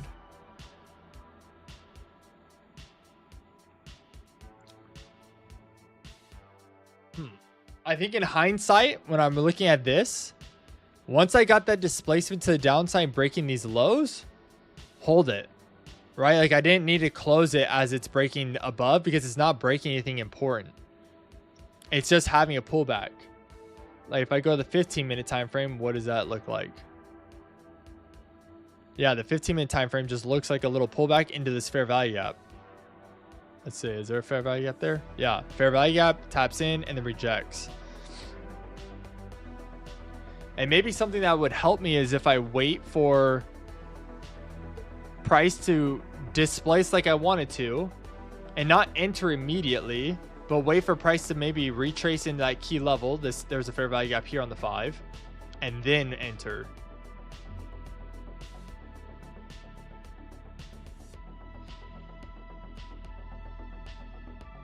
By the day, that was a winning day.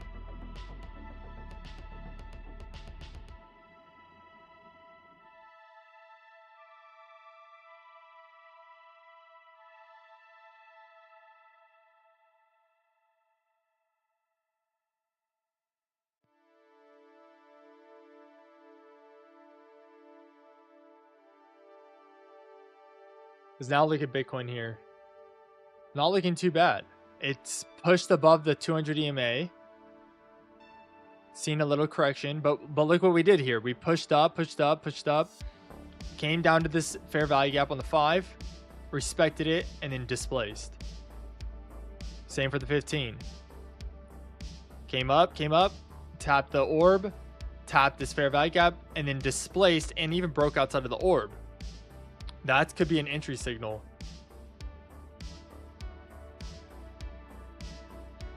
and prices broken above these highs and even started to break above these highs. But this is, I think, dangerous long because you're in this chop, right? You're in this chop right now.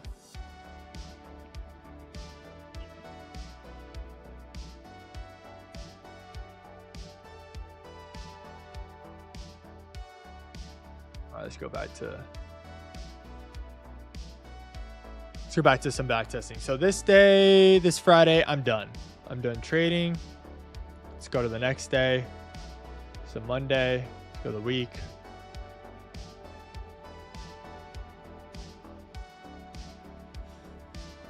Okay, a fresh week. Let's get this, delete all those drawings, and let's mark this out. So we mark out a week high, that's above us. Mark out a week low. I hate these numbers. I wish they would disappear. And then week low, and then we have a week high. Okay. Okay, let's go to the daytime frame. Mark out some of these day highs and lows. I don't really think we need to. I think honestly we could just target the weeks. Yeah. 4-hour range. Looking very bearish. Looking very bearish.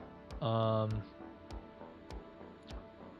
I really wish I can get rid of all of this text. Let's go to the daytime frame real fast and see the range. We have this range here, came into discount.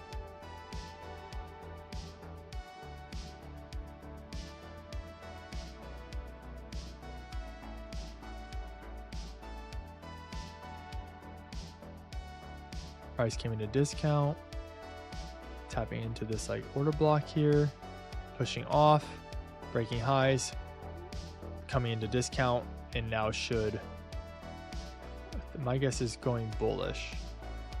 We have this structure here, big liquidity sweep above all these lows.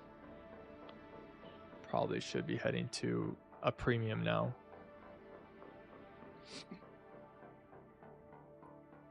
Yeah, you had this massive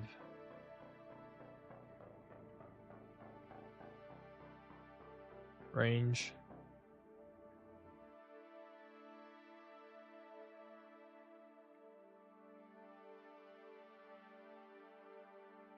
Let me mark out this. Orange. And then there's also like this void gap here.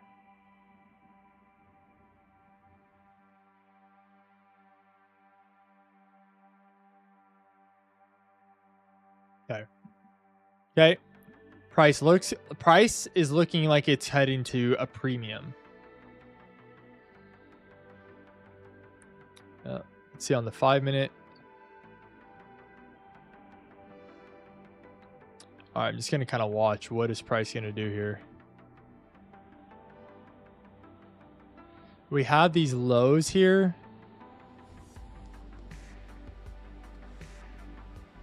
Oh, that's what I need to mark out too. The session lows.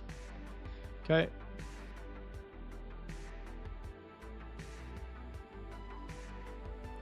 And let's go back to the 1 hour and mark out our session lows.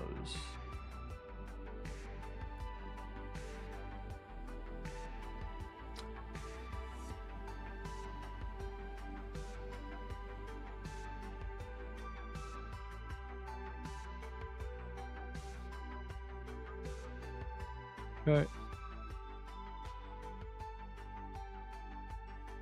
Previous session high. Previous session low. All right.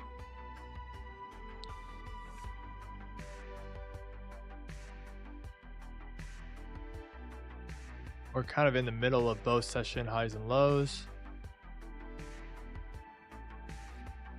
All right, let's see.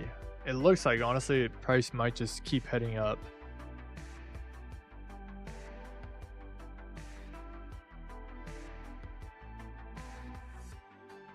All right, I'm going to take that. What time is that at? 9:30. So market just opened. I'm gonna take that displacement. It could be manipulation, but we'll see. Stop loss would go at the low down here, way out down at this low, and TP for me. For this one, I'm not going crazy. I think I just go for the discount on the range. So on this range here, just shooting for the discounted range. You could shoot for the high, and maybe it'll give it to us, and maybe we can get another entry later. But right now, I'm just gonna shoot for price to get into that 50% premium range.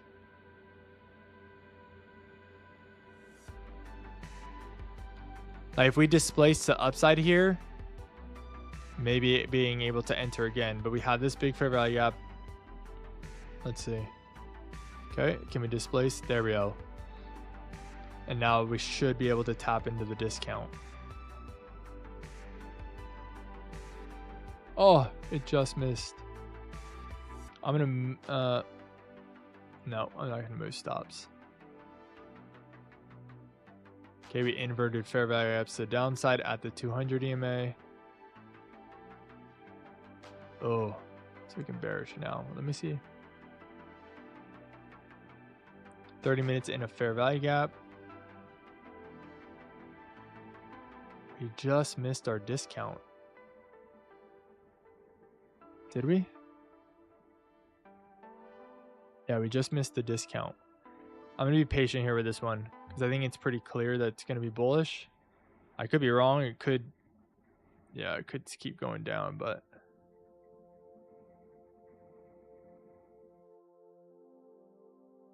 Oh, yeah, we're screwed on this now.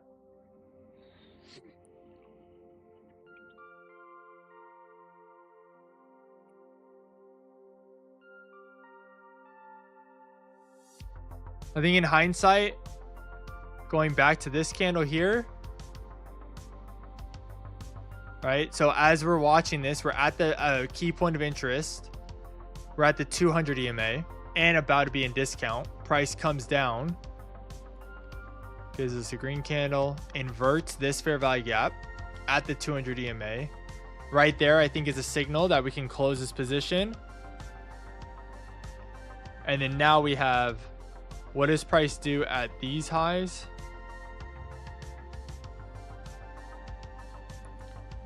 All right, what does price do at these highs? And then what does price do at these lows? Kind of like using these little yellow lines as support and resistance points. We've displaced through these lows.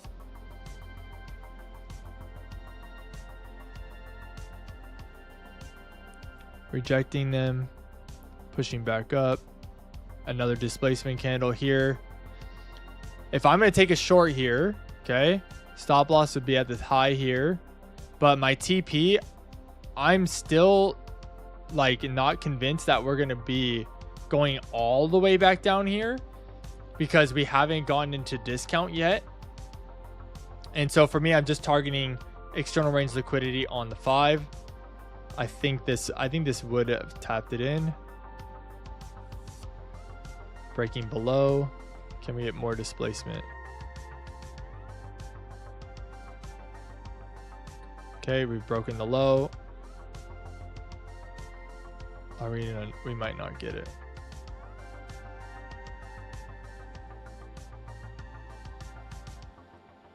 Okay, I want to see if it starts breaking these highs to upside. Oh.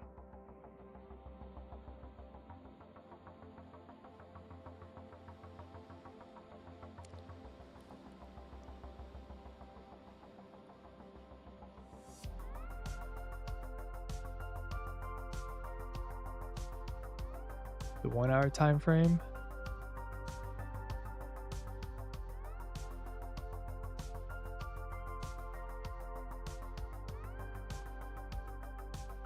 We might just have missed our low.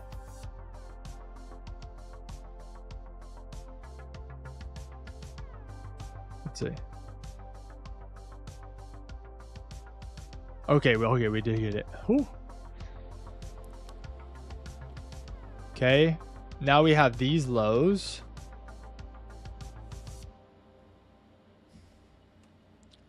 These lows to, oh, what time is it? Oh, we're past our trading time. So it's now 1300 hours or 1200 hours. So we're done. We're done trading for this day. Let's go to the next day.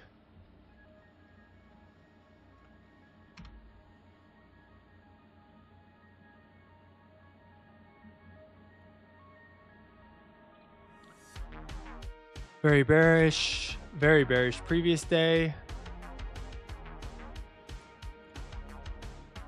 Swept out all this liquidity.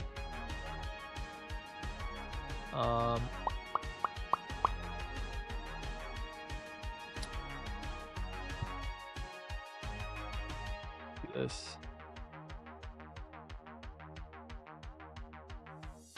day low. And then we have this day high up here, which is also like a void gap. Okay. 4-hour time frame. Either the 4-hour is in discount. Let's see the day. It's very choppy. In chop. It's in chop. Same for the 4-hour. 4-hour is in chop, and we're at like the bottom of the range.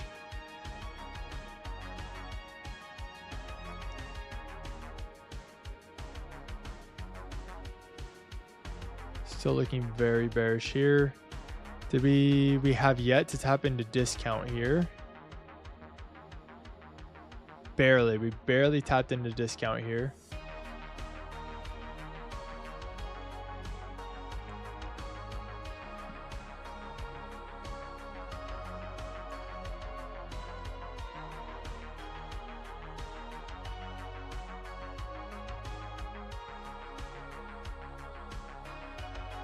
Okay, I'm going to mark out these lows here for potential targets. And then these highs.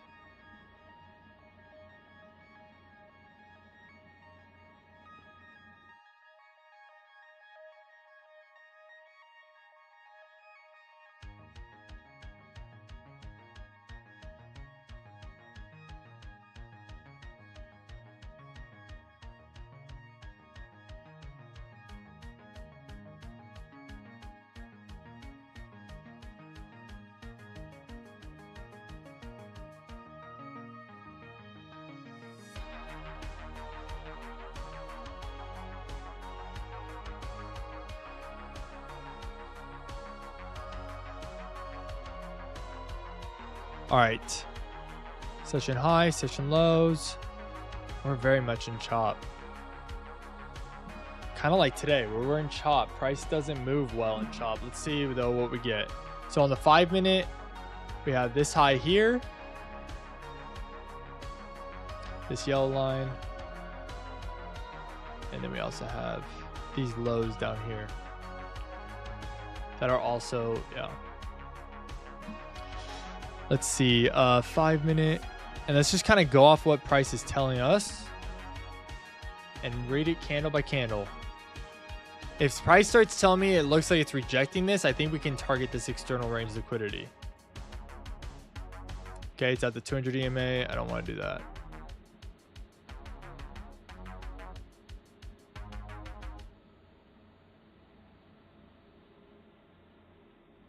Okay, big push, breaking these lows.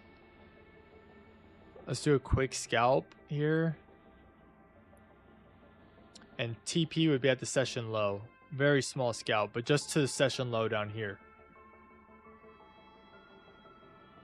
Perfect. Just, and it's continuing that displacement, but now we're at the session low. I want to see what price does at session low. Does it continue displacing, or does it start shifting? Let's see what price does at these highs here.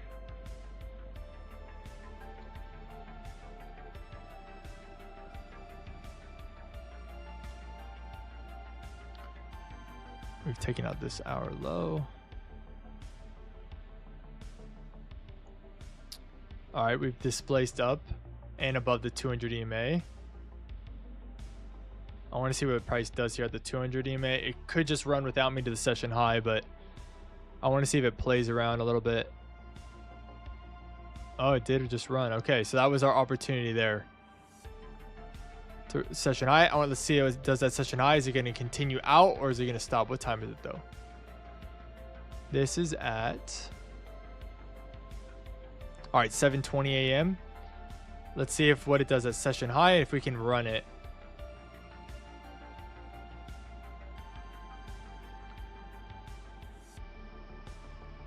If I want to see if it breaks above this high here.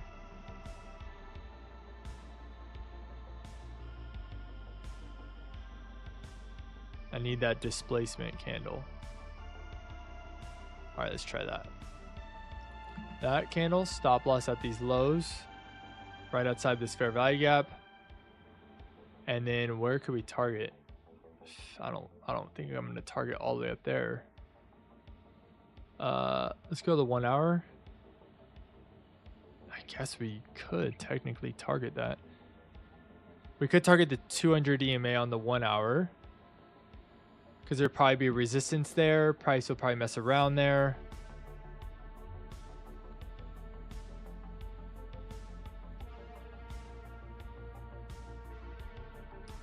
You know what? I'm going to put TP at the void gap up here. And then I'm just going to kind of watch where price does in that area. So let's mark out the 200 EMA for the 30 minute. And then the 200 EMA for the 1 hour. So I want to see what price does in this zone here.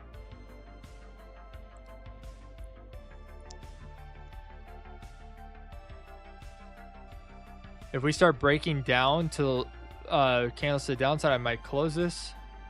But if we can displace upward. Let me see on the 30 minute. 1 hour.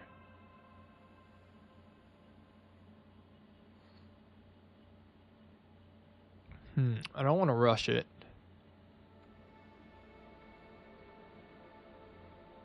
Can we break above that high? Oh, we're wicking. I'm going to put stop loss now on this trade at this low because it doesn't seem to give me displacement to this upside. Oh, there we go. Now it's starting to. I got my stop. Okay. Now let's see. What time is it on this? 10:45. We could potentially take one more trade. If it displaces to the upside or downside here.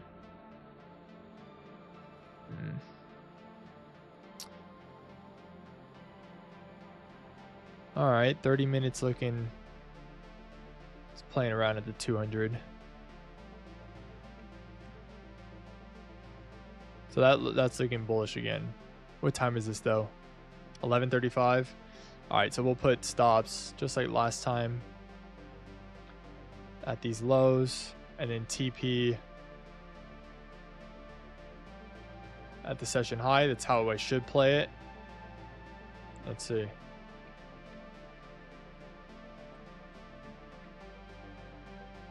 All right, I'm gonna close that now. Could it? Let's see if it would have done. I'm gonna close it because it's breaking these lows and I'm outside of my trading zone, but let's see if it would have gone it or if it would have gone lower. Oh yeah, it looks like it's just gonna consolidate. That's why I try to be done trading by that time, because look at what the price did. Not until like midnight did it like actually, or like 10 p.m. my time, did it actually move. Oh. Okay, let's go to the day time frame again. We're on a Wednesday. This day candle is looking much more bullish now. Okay.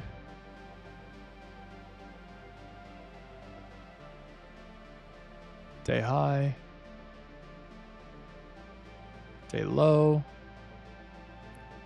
Okay. Price on this 4 hour, I think, has hit in a discount. Yep, we're now in discount here and in a higher time frame point of interest.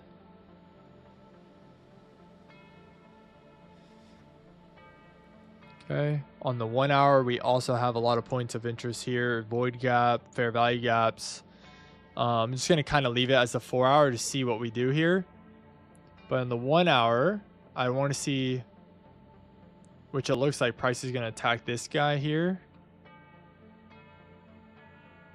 And then maybe if we decide to go bullish, we could target those hour highs. And then you also have this low here.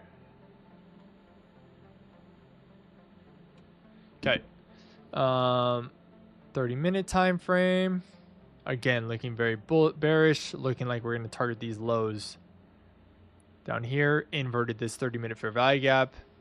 Yeah, it's looking bearish.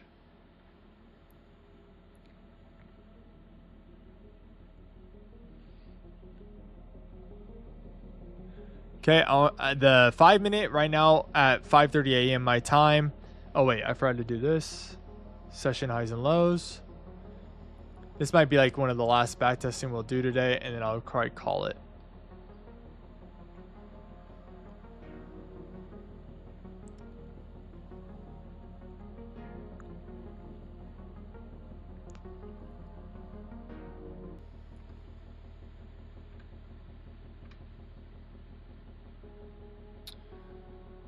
Okay, let's see. Do we start displacing to the upside on the 200 EMA, or do we kind of play around here? All right, lots of support there underneath these lows. Price displacing upwards. I'm not entering yet. Let's see what we do to this 5-minute fair value gap. And what time are we at? 9:05. So market isn't even open yet. It looks like we might have respected that fair value gap. I'm going to try that long there. Stop loss down here at this low. And I target this little 5-minute high. Just this little high here. Not these highs up here, but just because this is pre-market. And so market opens up in like 4 candles. So I'm going to see if we can target this high here. Because price looks like it's respecting the 200 EMA, respected this fair value gap. Let's see if we can get that. Ooh. Nope. Lots of displacement to the downside at session low. Let's see what it does at session low. All right, let's take that. Stop loss at the 200 EMA. And looks like there's a lot of lows to the left here that we can target on the 5-minute. And there's even the 1 hour low too. So pre-market, we've kind of been close to session highs, consolidated, pushed. I try to take a pre-market long after it respected the fair value gap. Not a smart move. Should have probably just kept with the bias. And then it displaced through the previous session low. Let's take that and target these 5-minute lows to the left.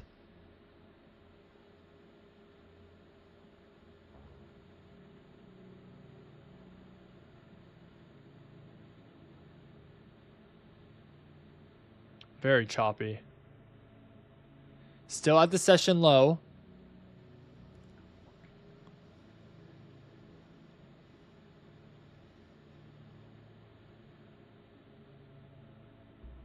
All right.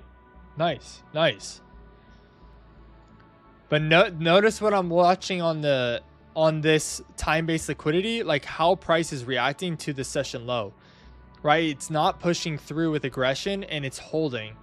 I mean, with this amount of momentum, we might hit this hour low. I don't think I'll take it now because price is kind of left without us. But let's see where the orb is too. Where's this 9:30 a.m. candle?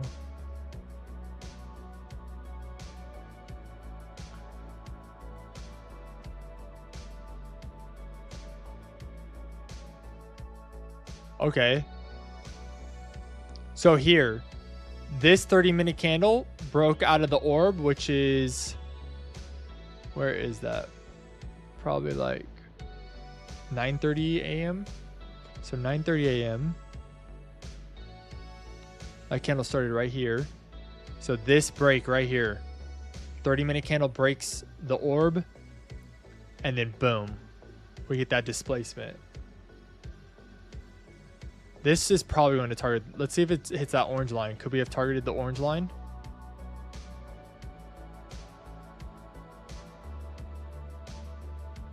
No, it's actually displacing to the upside now.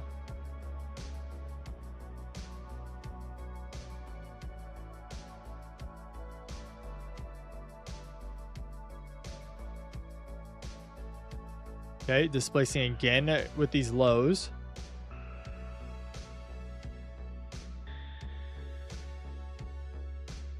Let me see the higher time frame.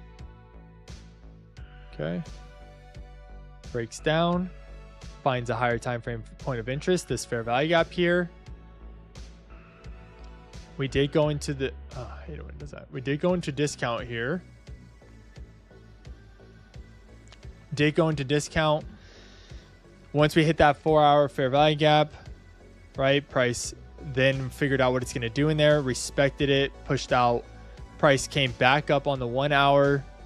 Let's see what the 1 hour is doing here. Respected the 200 EMA. It looks like it's displacing off and the orb again. 4-hour time frame, respecting that fair value gap that it tapped into, but it's at the 200 EMA. Let's see.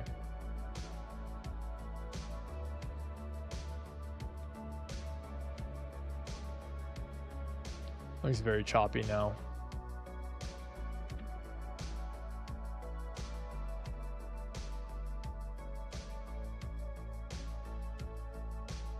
Okay. Is that the orb? Pushed out of the orb up here, breaking these highs. What time is this though? Am I done trading? Oh, I'm done trading. I'm done trading, so I wouldn't be taking this trade. So it looks like this day we only got one trade.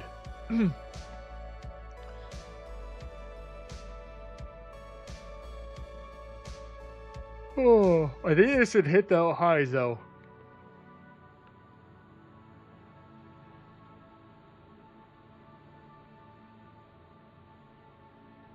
Oh, maybe not. All right, well, that's some of the back testing. That's what I'm trying to implement, is where we let the candles kind of show us what it's doing and what it's trying to do, right? We're waiting for those displacement candles. And what I mean by those displacement candles, like this candle right here. This big candle off the 200 EMA with this massive push, leaving a fair value gap. Like this displacement candle, right there, we had the higher time frame bias of it's looking bearish, right? Price is looking bearish here. Breaking down these lows, looking like it's targeting external range liquidity. This with liquidity down here, right? 1 hour time frame, tapped into premium. Looks like it might reject off that premium, especially in a higher time frame point of interest. We look, we wait, right? Not only is the 5-minute at the 200 EMA, it's also displacing out of the higher time frame point of interest, this 4-hour fair value gap. Then we let it do its thing, and then it finally gave us the fuel to just rip down to our TP, which is the 5-minute lows here, which is also, if we go to the 30-minute, the top of a 30-minute fair value gap. Right? So like it makes sense to me in the back testing. Now can I just implement that in live trading? Now can I just implement the same stuff in live trading? Because let's see, what did we in this last couple days? We did it from a Friday to a Wednesday. What were our results? Were they green days? I'm pretty sure they were. We took some losses.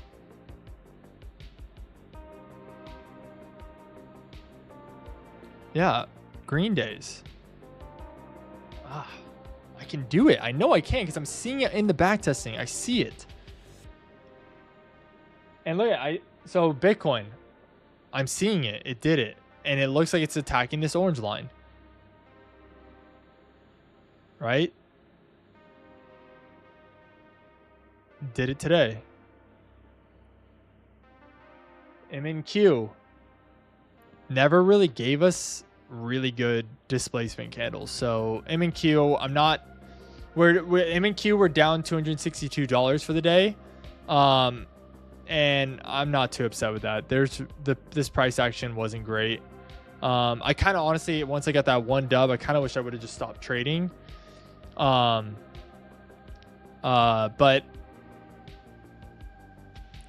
again, on this 30-minute time frame, I should have kept with, in hindsight, with InQ, 30-minute inverted this fair value gap and pushed up.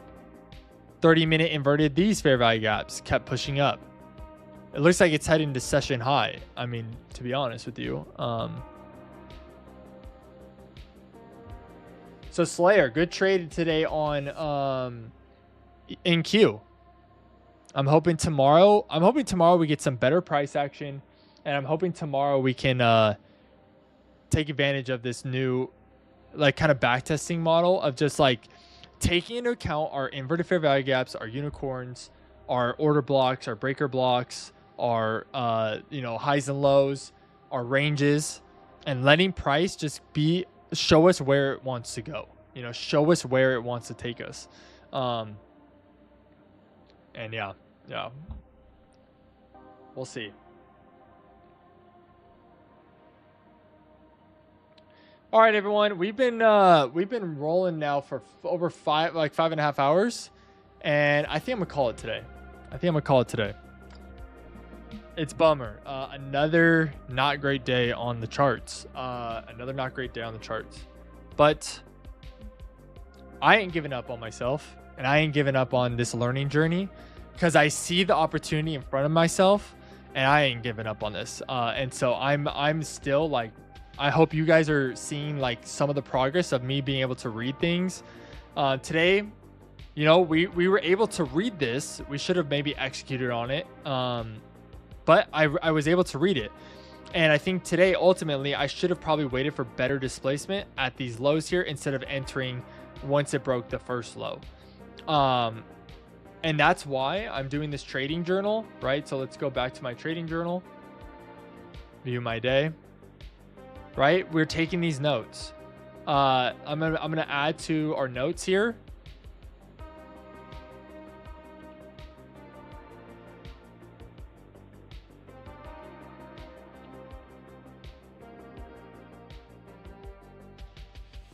BTC finally displaced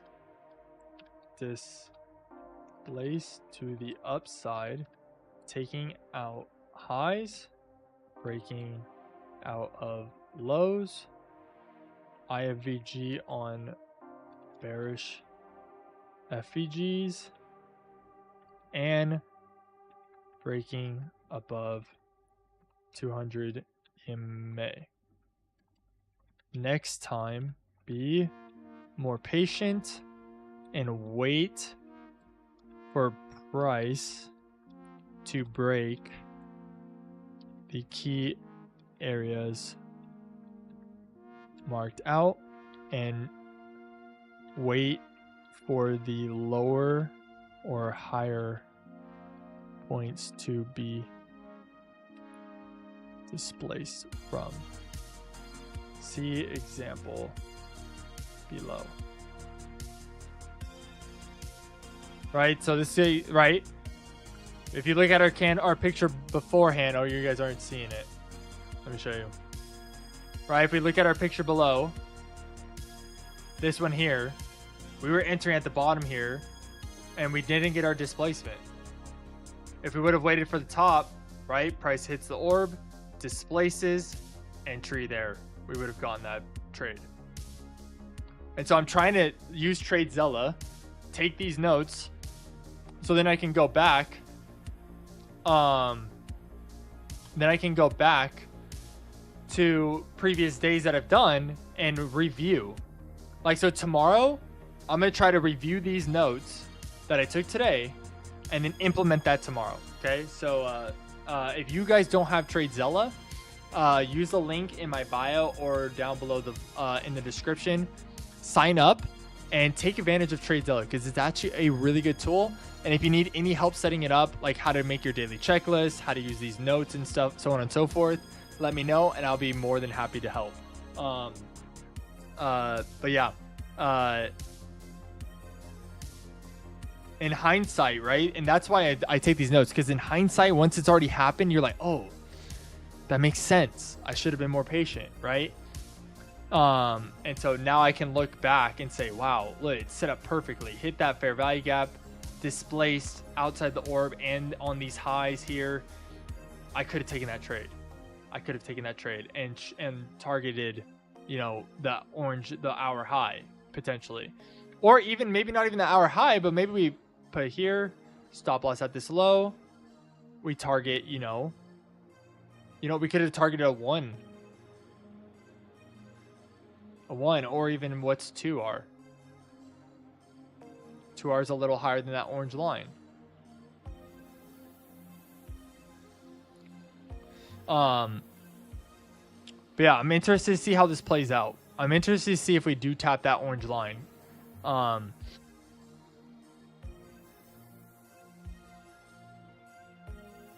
very interested to see.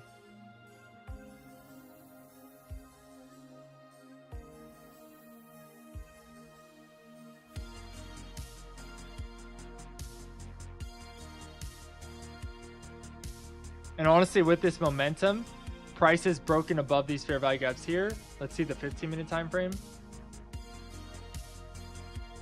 15-minute time frame has broken above these highs here. So I think we should be good for that external range liquidity up there. 30-minute, we need 30 minutes to kind of push up above a little higher. But even on the 5-minute, what you could have done is just target this high here, right? You didn't have to go all the way for the orange, target the high to left. Boom, that one would have hit. It's not a huge trade, but it's a win, right? And you're not shooting for the huge trades, though they'll come. We're just shooting for those wins and targeting that liquidity of where price is going. All right, everyone. I'm done yapping. I'm going to call it for today. I hope you guys have a great rest of your Monday. And yeah, I won't be streaming tomorrow. Tomorrow's a pretty busy day for me. I'm going to be focusing on some of the mentorship stuff, and I'll still be trading, but I'll be basically implementing the same things. I encourage you guys, again, try to get TradeZella if you can, and utilize it into your trading strategy, utilize it into your pre-market analysis, why you're trading, take notes, like actually utilize the tool, use the back testing tool. It is a huge help, especially at least for me. It's a huge help for myself.